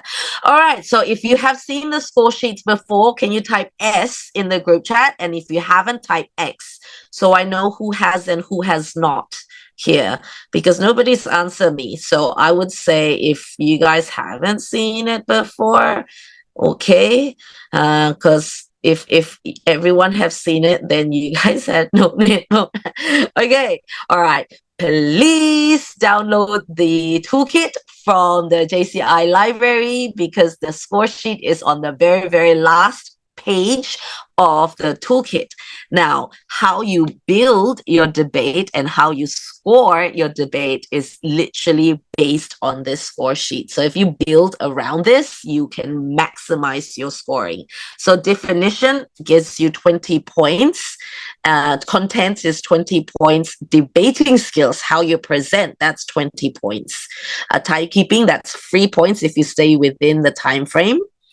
Your summary, now the summary, this part here would be the team captains, the persuasiveness, effectiveness, and your rebuttal. So literally the final 40 points is from the team captain summary. That is why it's so important for you to take that 60 seconds time out so that you guys can regroup and then make sure that you have all the points covered up, because that gives you maximized points. Okay. How you define what your contents are, that's all in there as well. It says here, did the team clearly define the motion?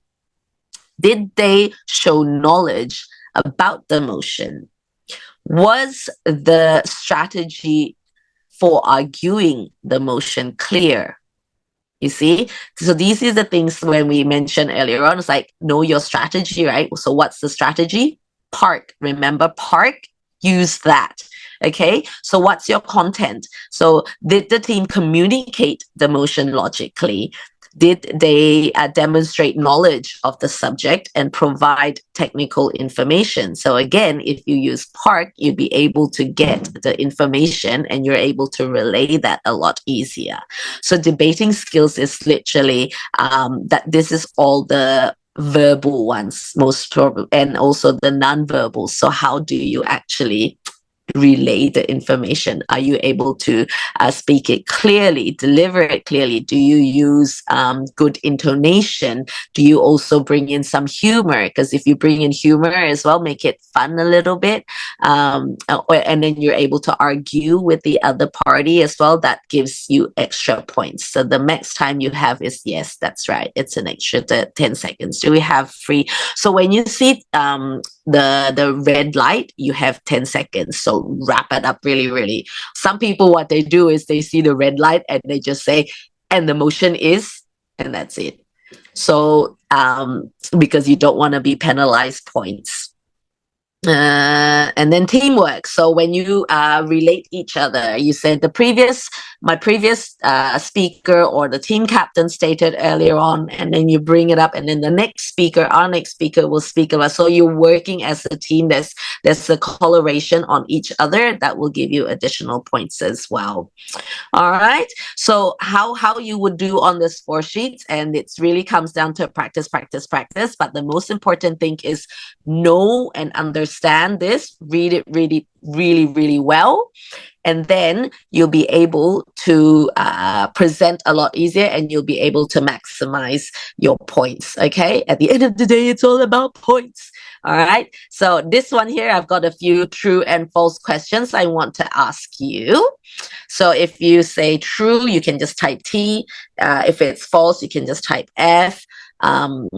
It's just, or you can just type the whole sentence if you like. Okay, I want to see. Okay, so true or false? In most formal debates, interruptions are not allowed. Instead, rebuttals are given during designated times after the opponent's speech. True or false?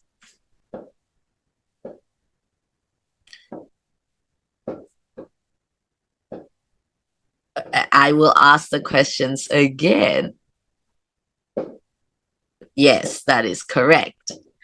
Okay, if you run out of time, you can keep speaking for a few extra seconds. If you run out of time, you can keep speaking for a few extra seconds. All right. So this is kind of a trick question because your friend here, Kenny also just mentioned it as well. And then Rishabh mentioned it there too, is yes, you get 10 seconds for free to wrap it up.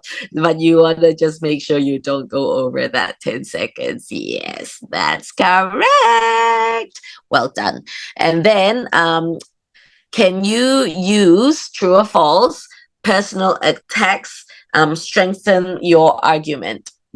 Does personal attacks strengthen your arguments? True or false? Yes, that's correct. False. Because personal attacks weakens your argument because they shift the focus away from the motion, away from the actual issue, and then it also undermines your credibility. So remember that when it comes down to JCI debating, we want to keep it friendly, we want to keep it amicable, and we want to show professionalism. We do not do personal attacks. That is a definite no, no, no.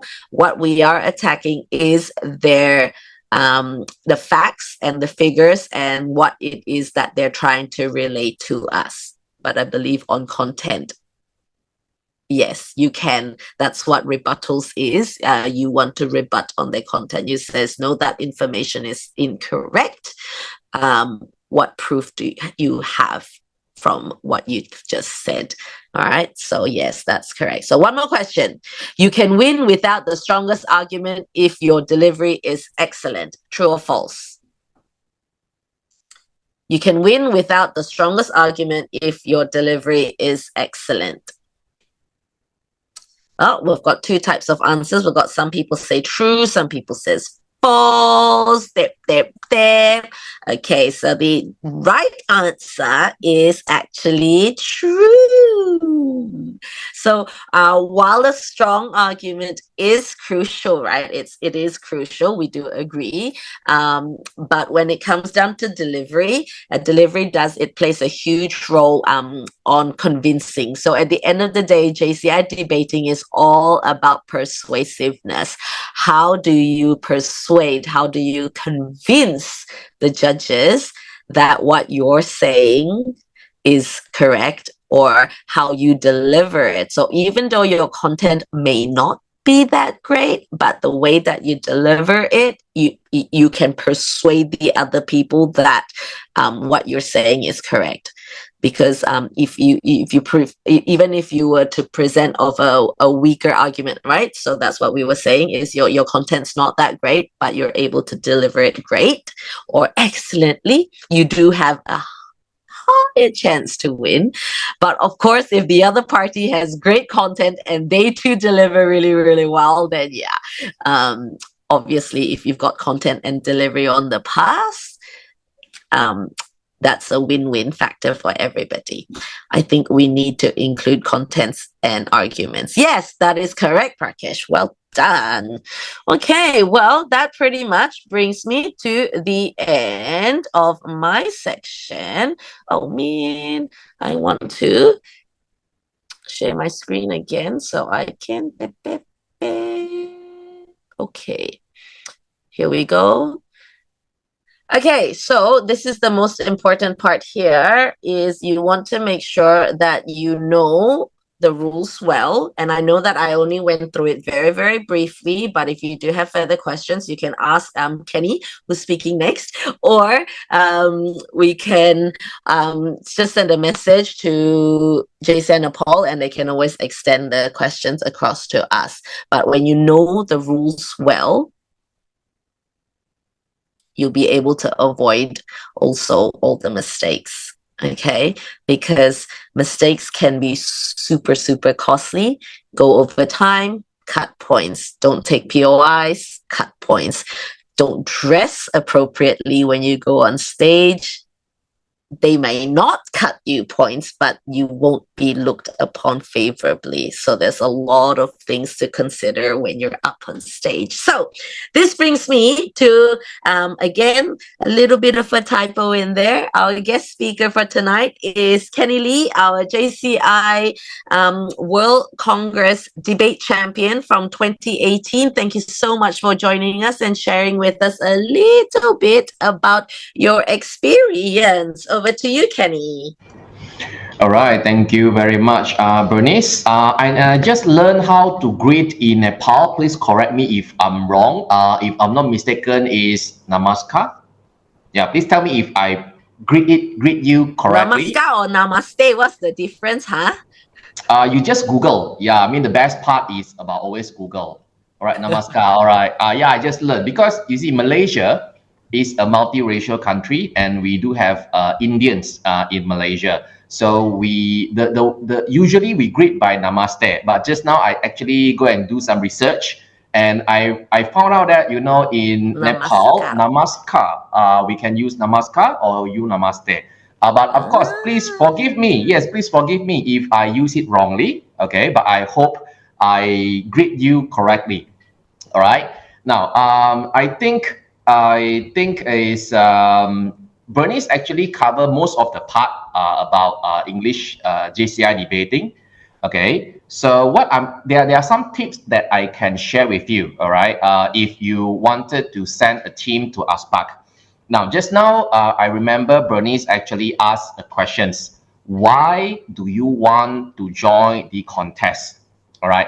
Now, I just like to ask you, ladies and gentlemen over here, how many of you would like to see that Nepal actually you can carry your flag to the stage in JCI ASPAC or World Congress? How many of you wish to see that in the world stage you can carry your national flag, bring up to the stage proudly? How many of you? Yes. All right. Yeah. Yes. The thing is, ladies and gentlemen, okay, wouldn't be amazing? Yes. You see, by joining debating or public speaking is one of the easiest way. Okay, I repeat again, it's one of the easiest way where you can actually bring the national glory to your country. All right. I mean, if you want to fight for other competition, right, it will take time.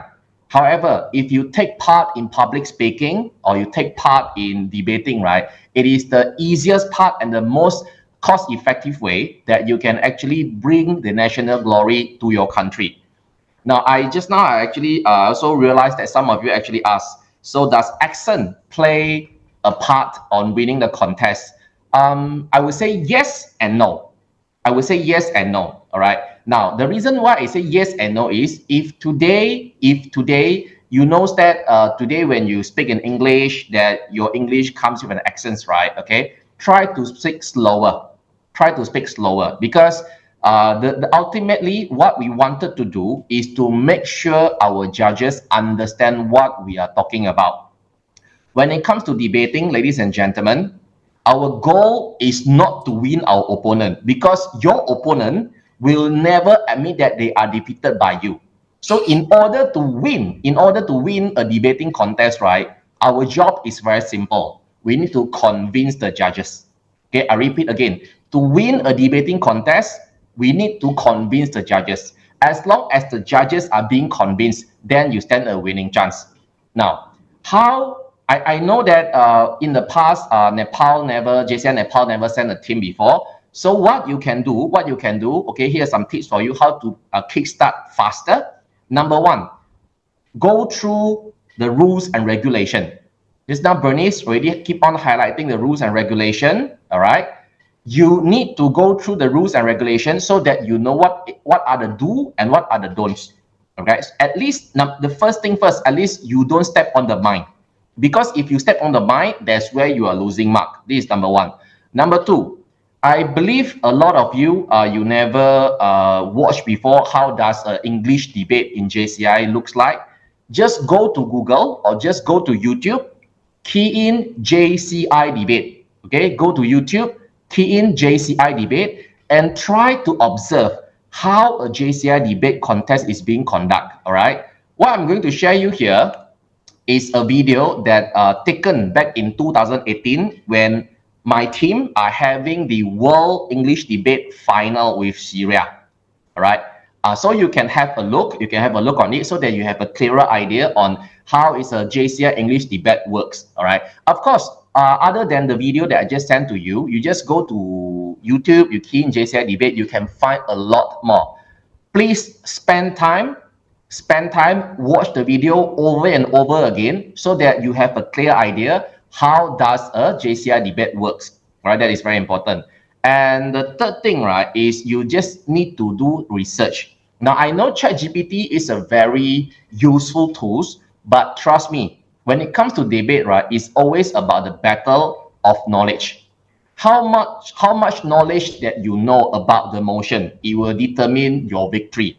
All right. So once you receive the motion, right, okay, yes, you can still use ChatGPT, but my personal advice to you is go and do some research, okay? Go to Wikipedia, go to the news site, have a look and understand what is the logic, what is the motion, what is the rationale behind all this motion. So that the more you know about these motions, right, when you are being rebut, or when your opponent is actually throwing you a questions, you can answer the questions confidently.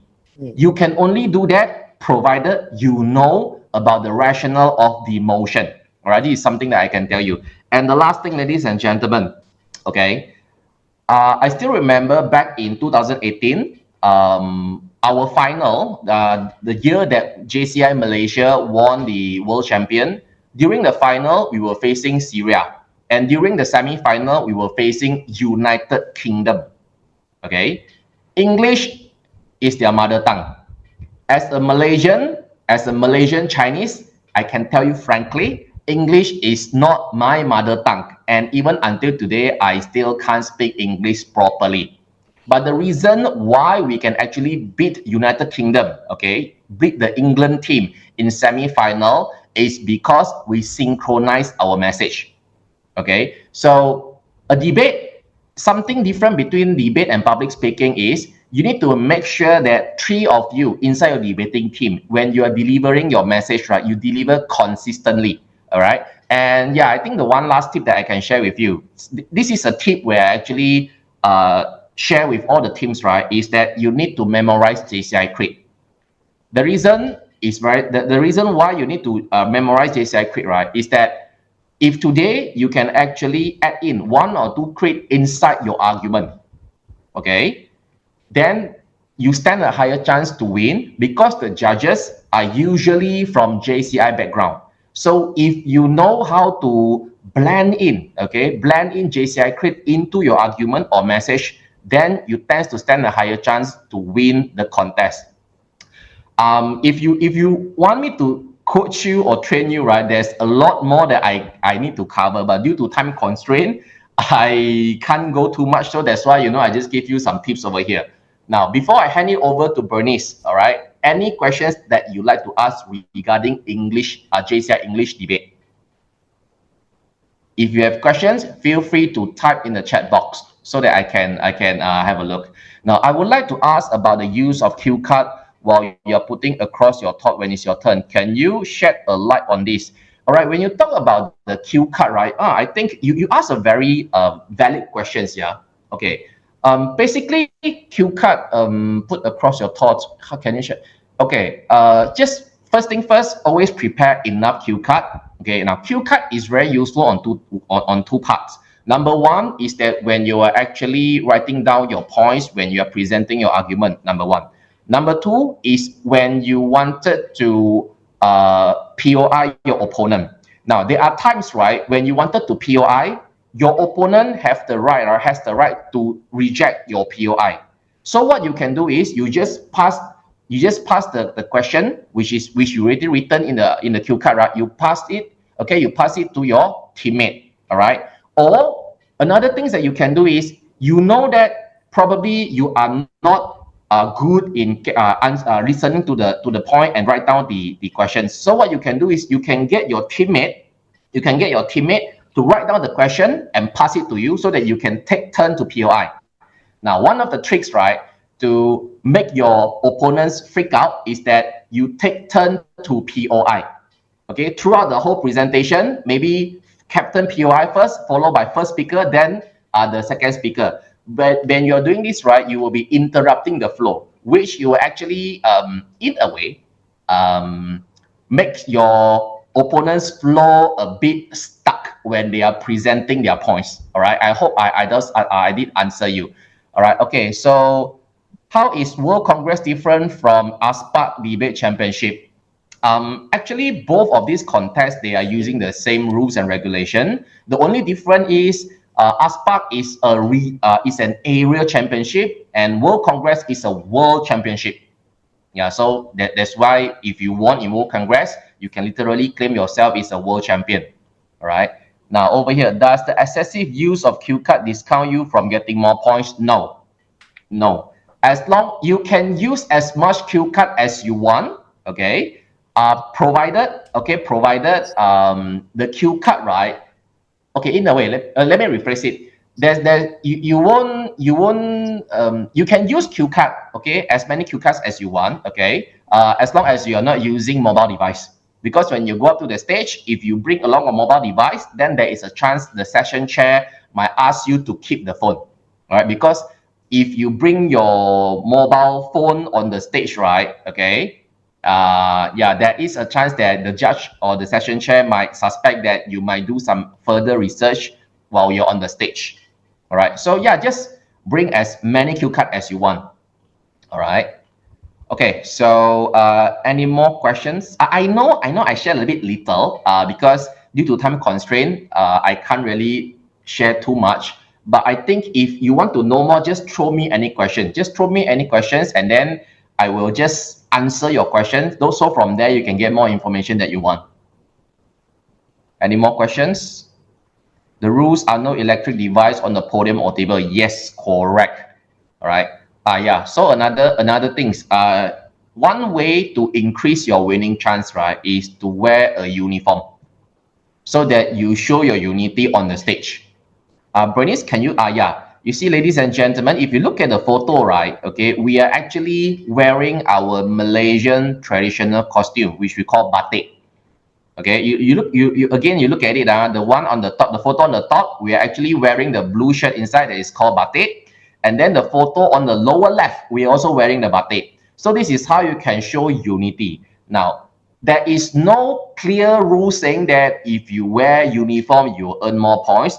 However, if you can show unity, okay, throughout your dress code, in a way, you tend to stand a higher chance to get more points. All right.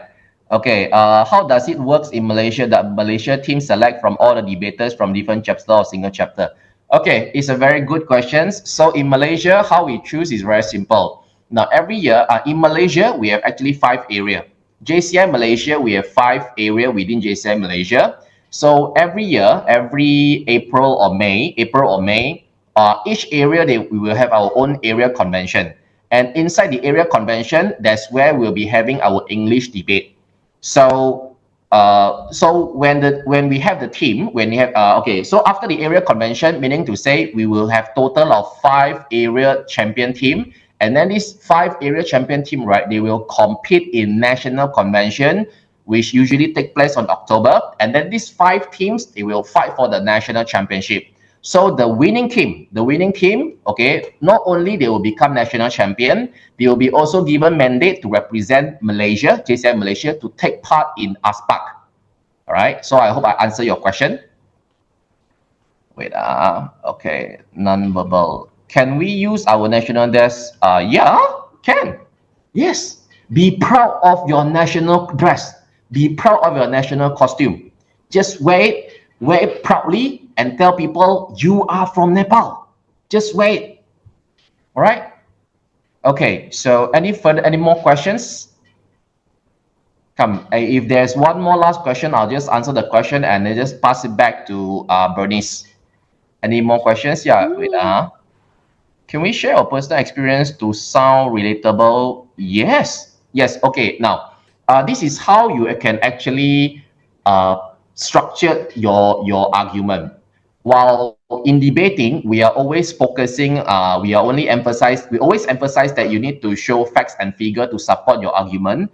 But it will be even better if you can add in your personal experience, okay, to make your argument more relatable, more personal. Yes, you can always do that. In fact, I'm very good in doing that. I always relate my personal experience in my argument.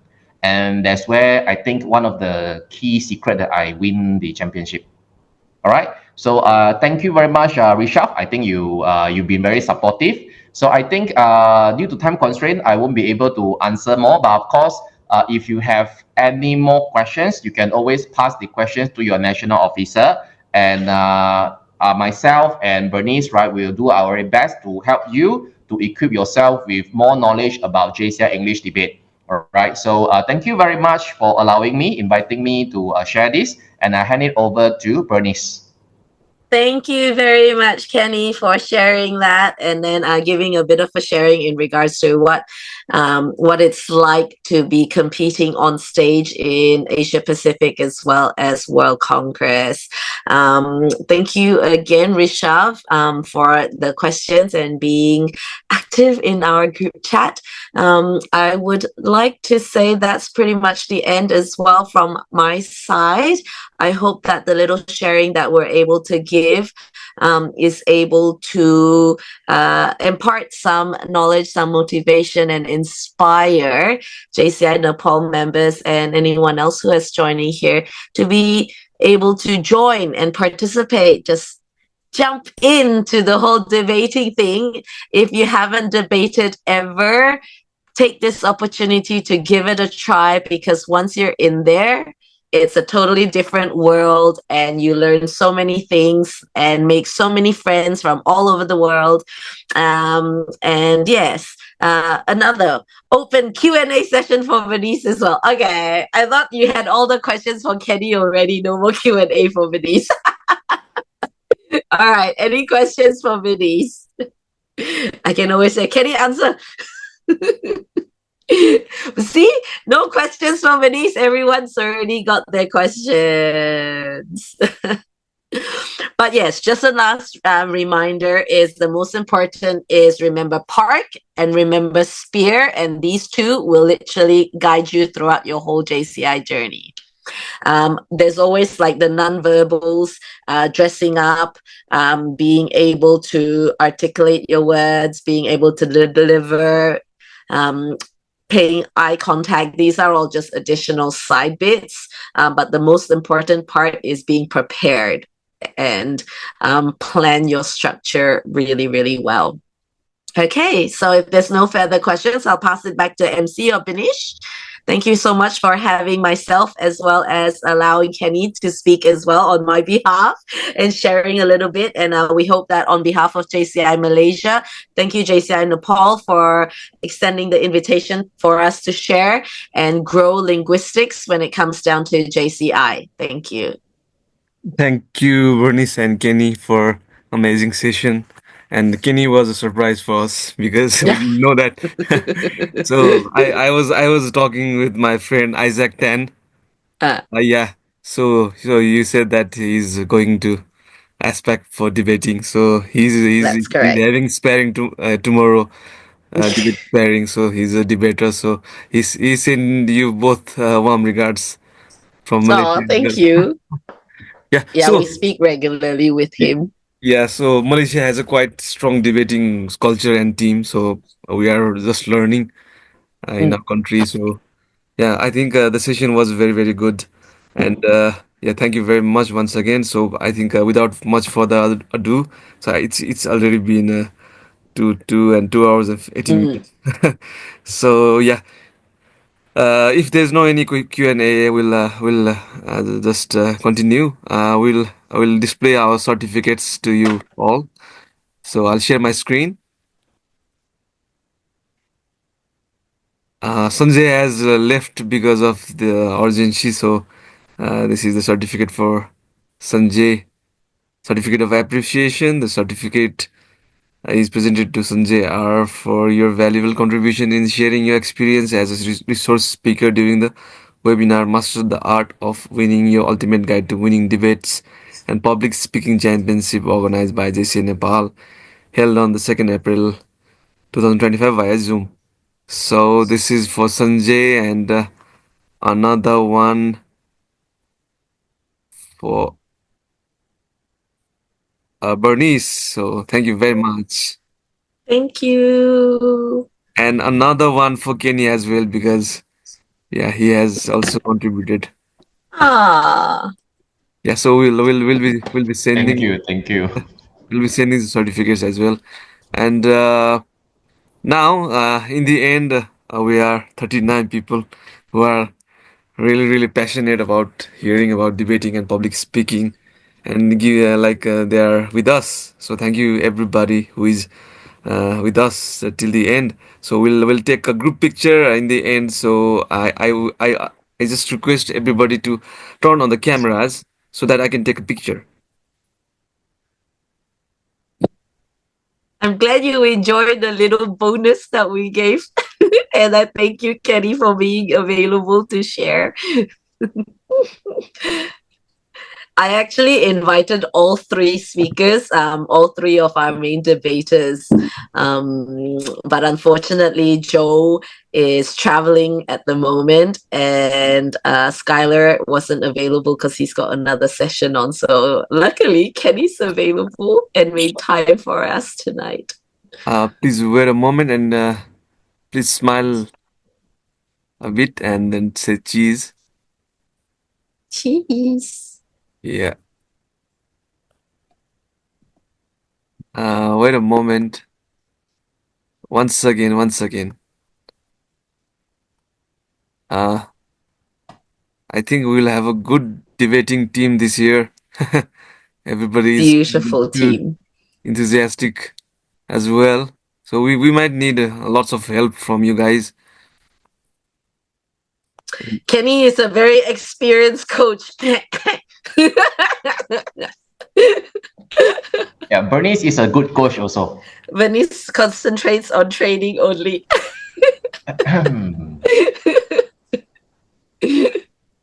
I think we have completed. Mhm.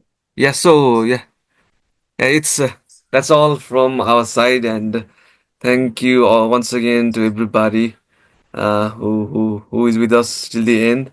And I think everybody has known maybe a little bit or more. So yeah, so please contact me, everybody from Nepal. Please contact me for the resources and I'll be sharing both Kenny and Sanjay as well as Bernice Mm. resources. So if anybody might need the help, please contact me. So I'll drop my contacts. I have already dropped it, Mhm. my personal number as well as the email, and so please contact me as well. And thank you very much once again from the side of our national president, Senator Rajani Thapa. She was here and she had to leave. So her message is thank you for giving us this session and for the help. So she has conveyed the message to you all trainers or speakers. Thank you very much once again from JCI Nepal. Thank you. Thank you so much for having us. And just a little side note as well, how it works in our national organization, as I know, as well as JCI Nepal, is if you were to represent your country at Asia Pacific as well as World Congress, the national organizations actually subsidizes you. You get a free ticket to go to ASPAC and World Congress. Is that's correct, right, Binesh? Yeah. Our Yes. national So board is that's extra planning incentives. to fully sponsor. So more than that, more than ticket. Wow. So So see in JCI Malaysia, we only cover your aspect ticket, which is the $320 however much, but we still have to pay our own flights and accommodation. So JCI Nepal is doing a great job at incentivizing your members. So definitely take up the challenge and then jump straight into debating. So we look forward to seeing you on stage. Good night, everyone. night. Bye Good bye. night, Bernice and Night. Kenny.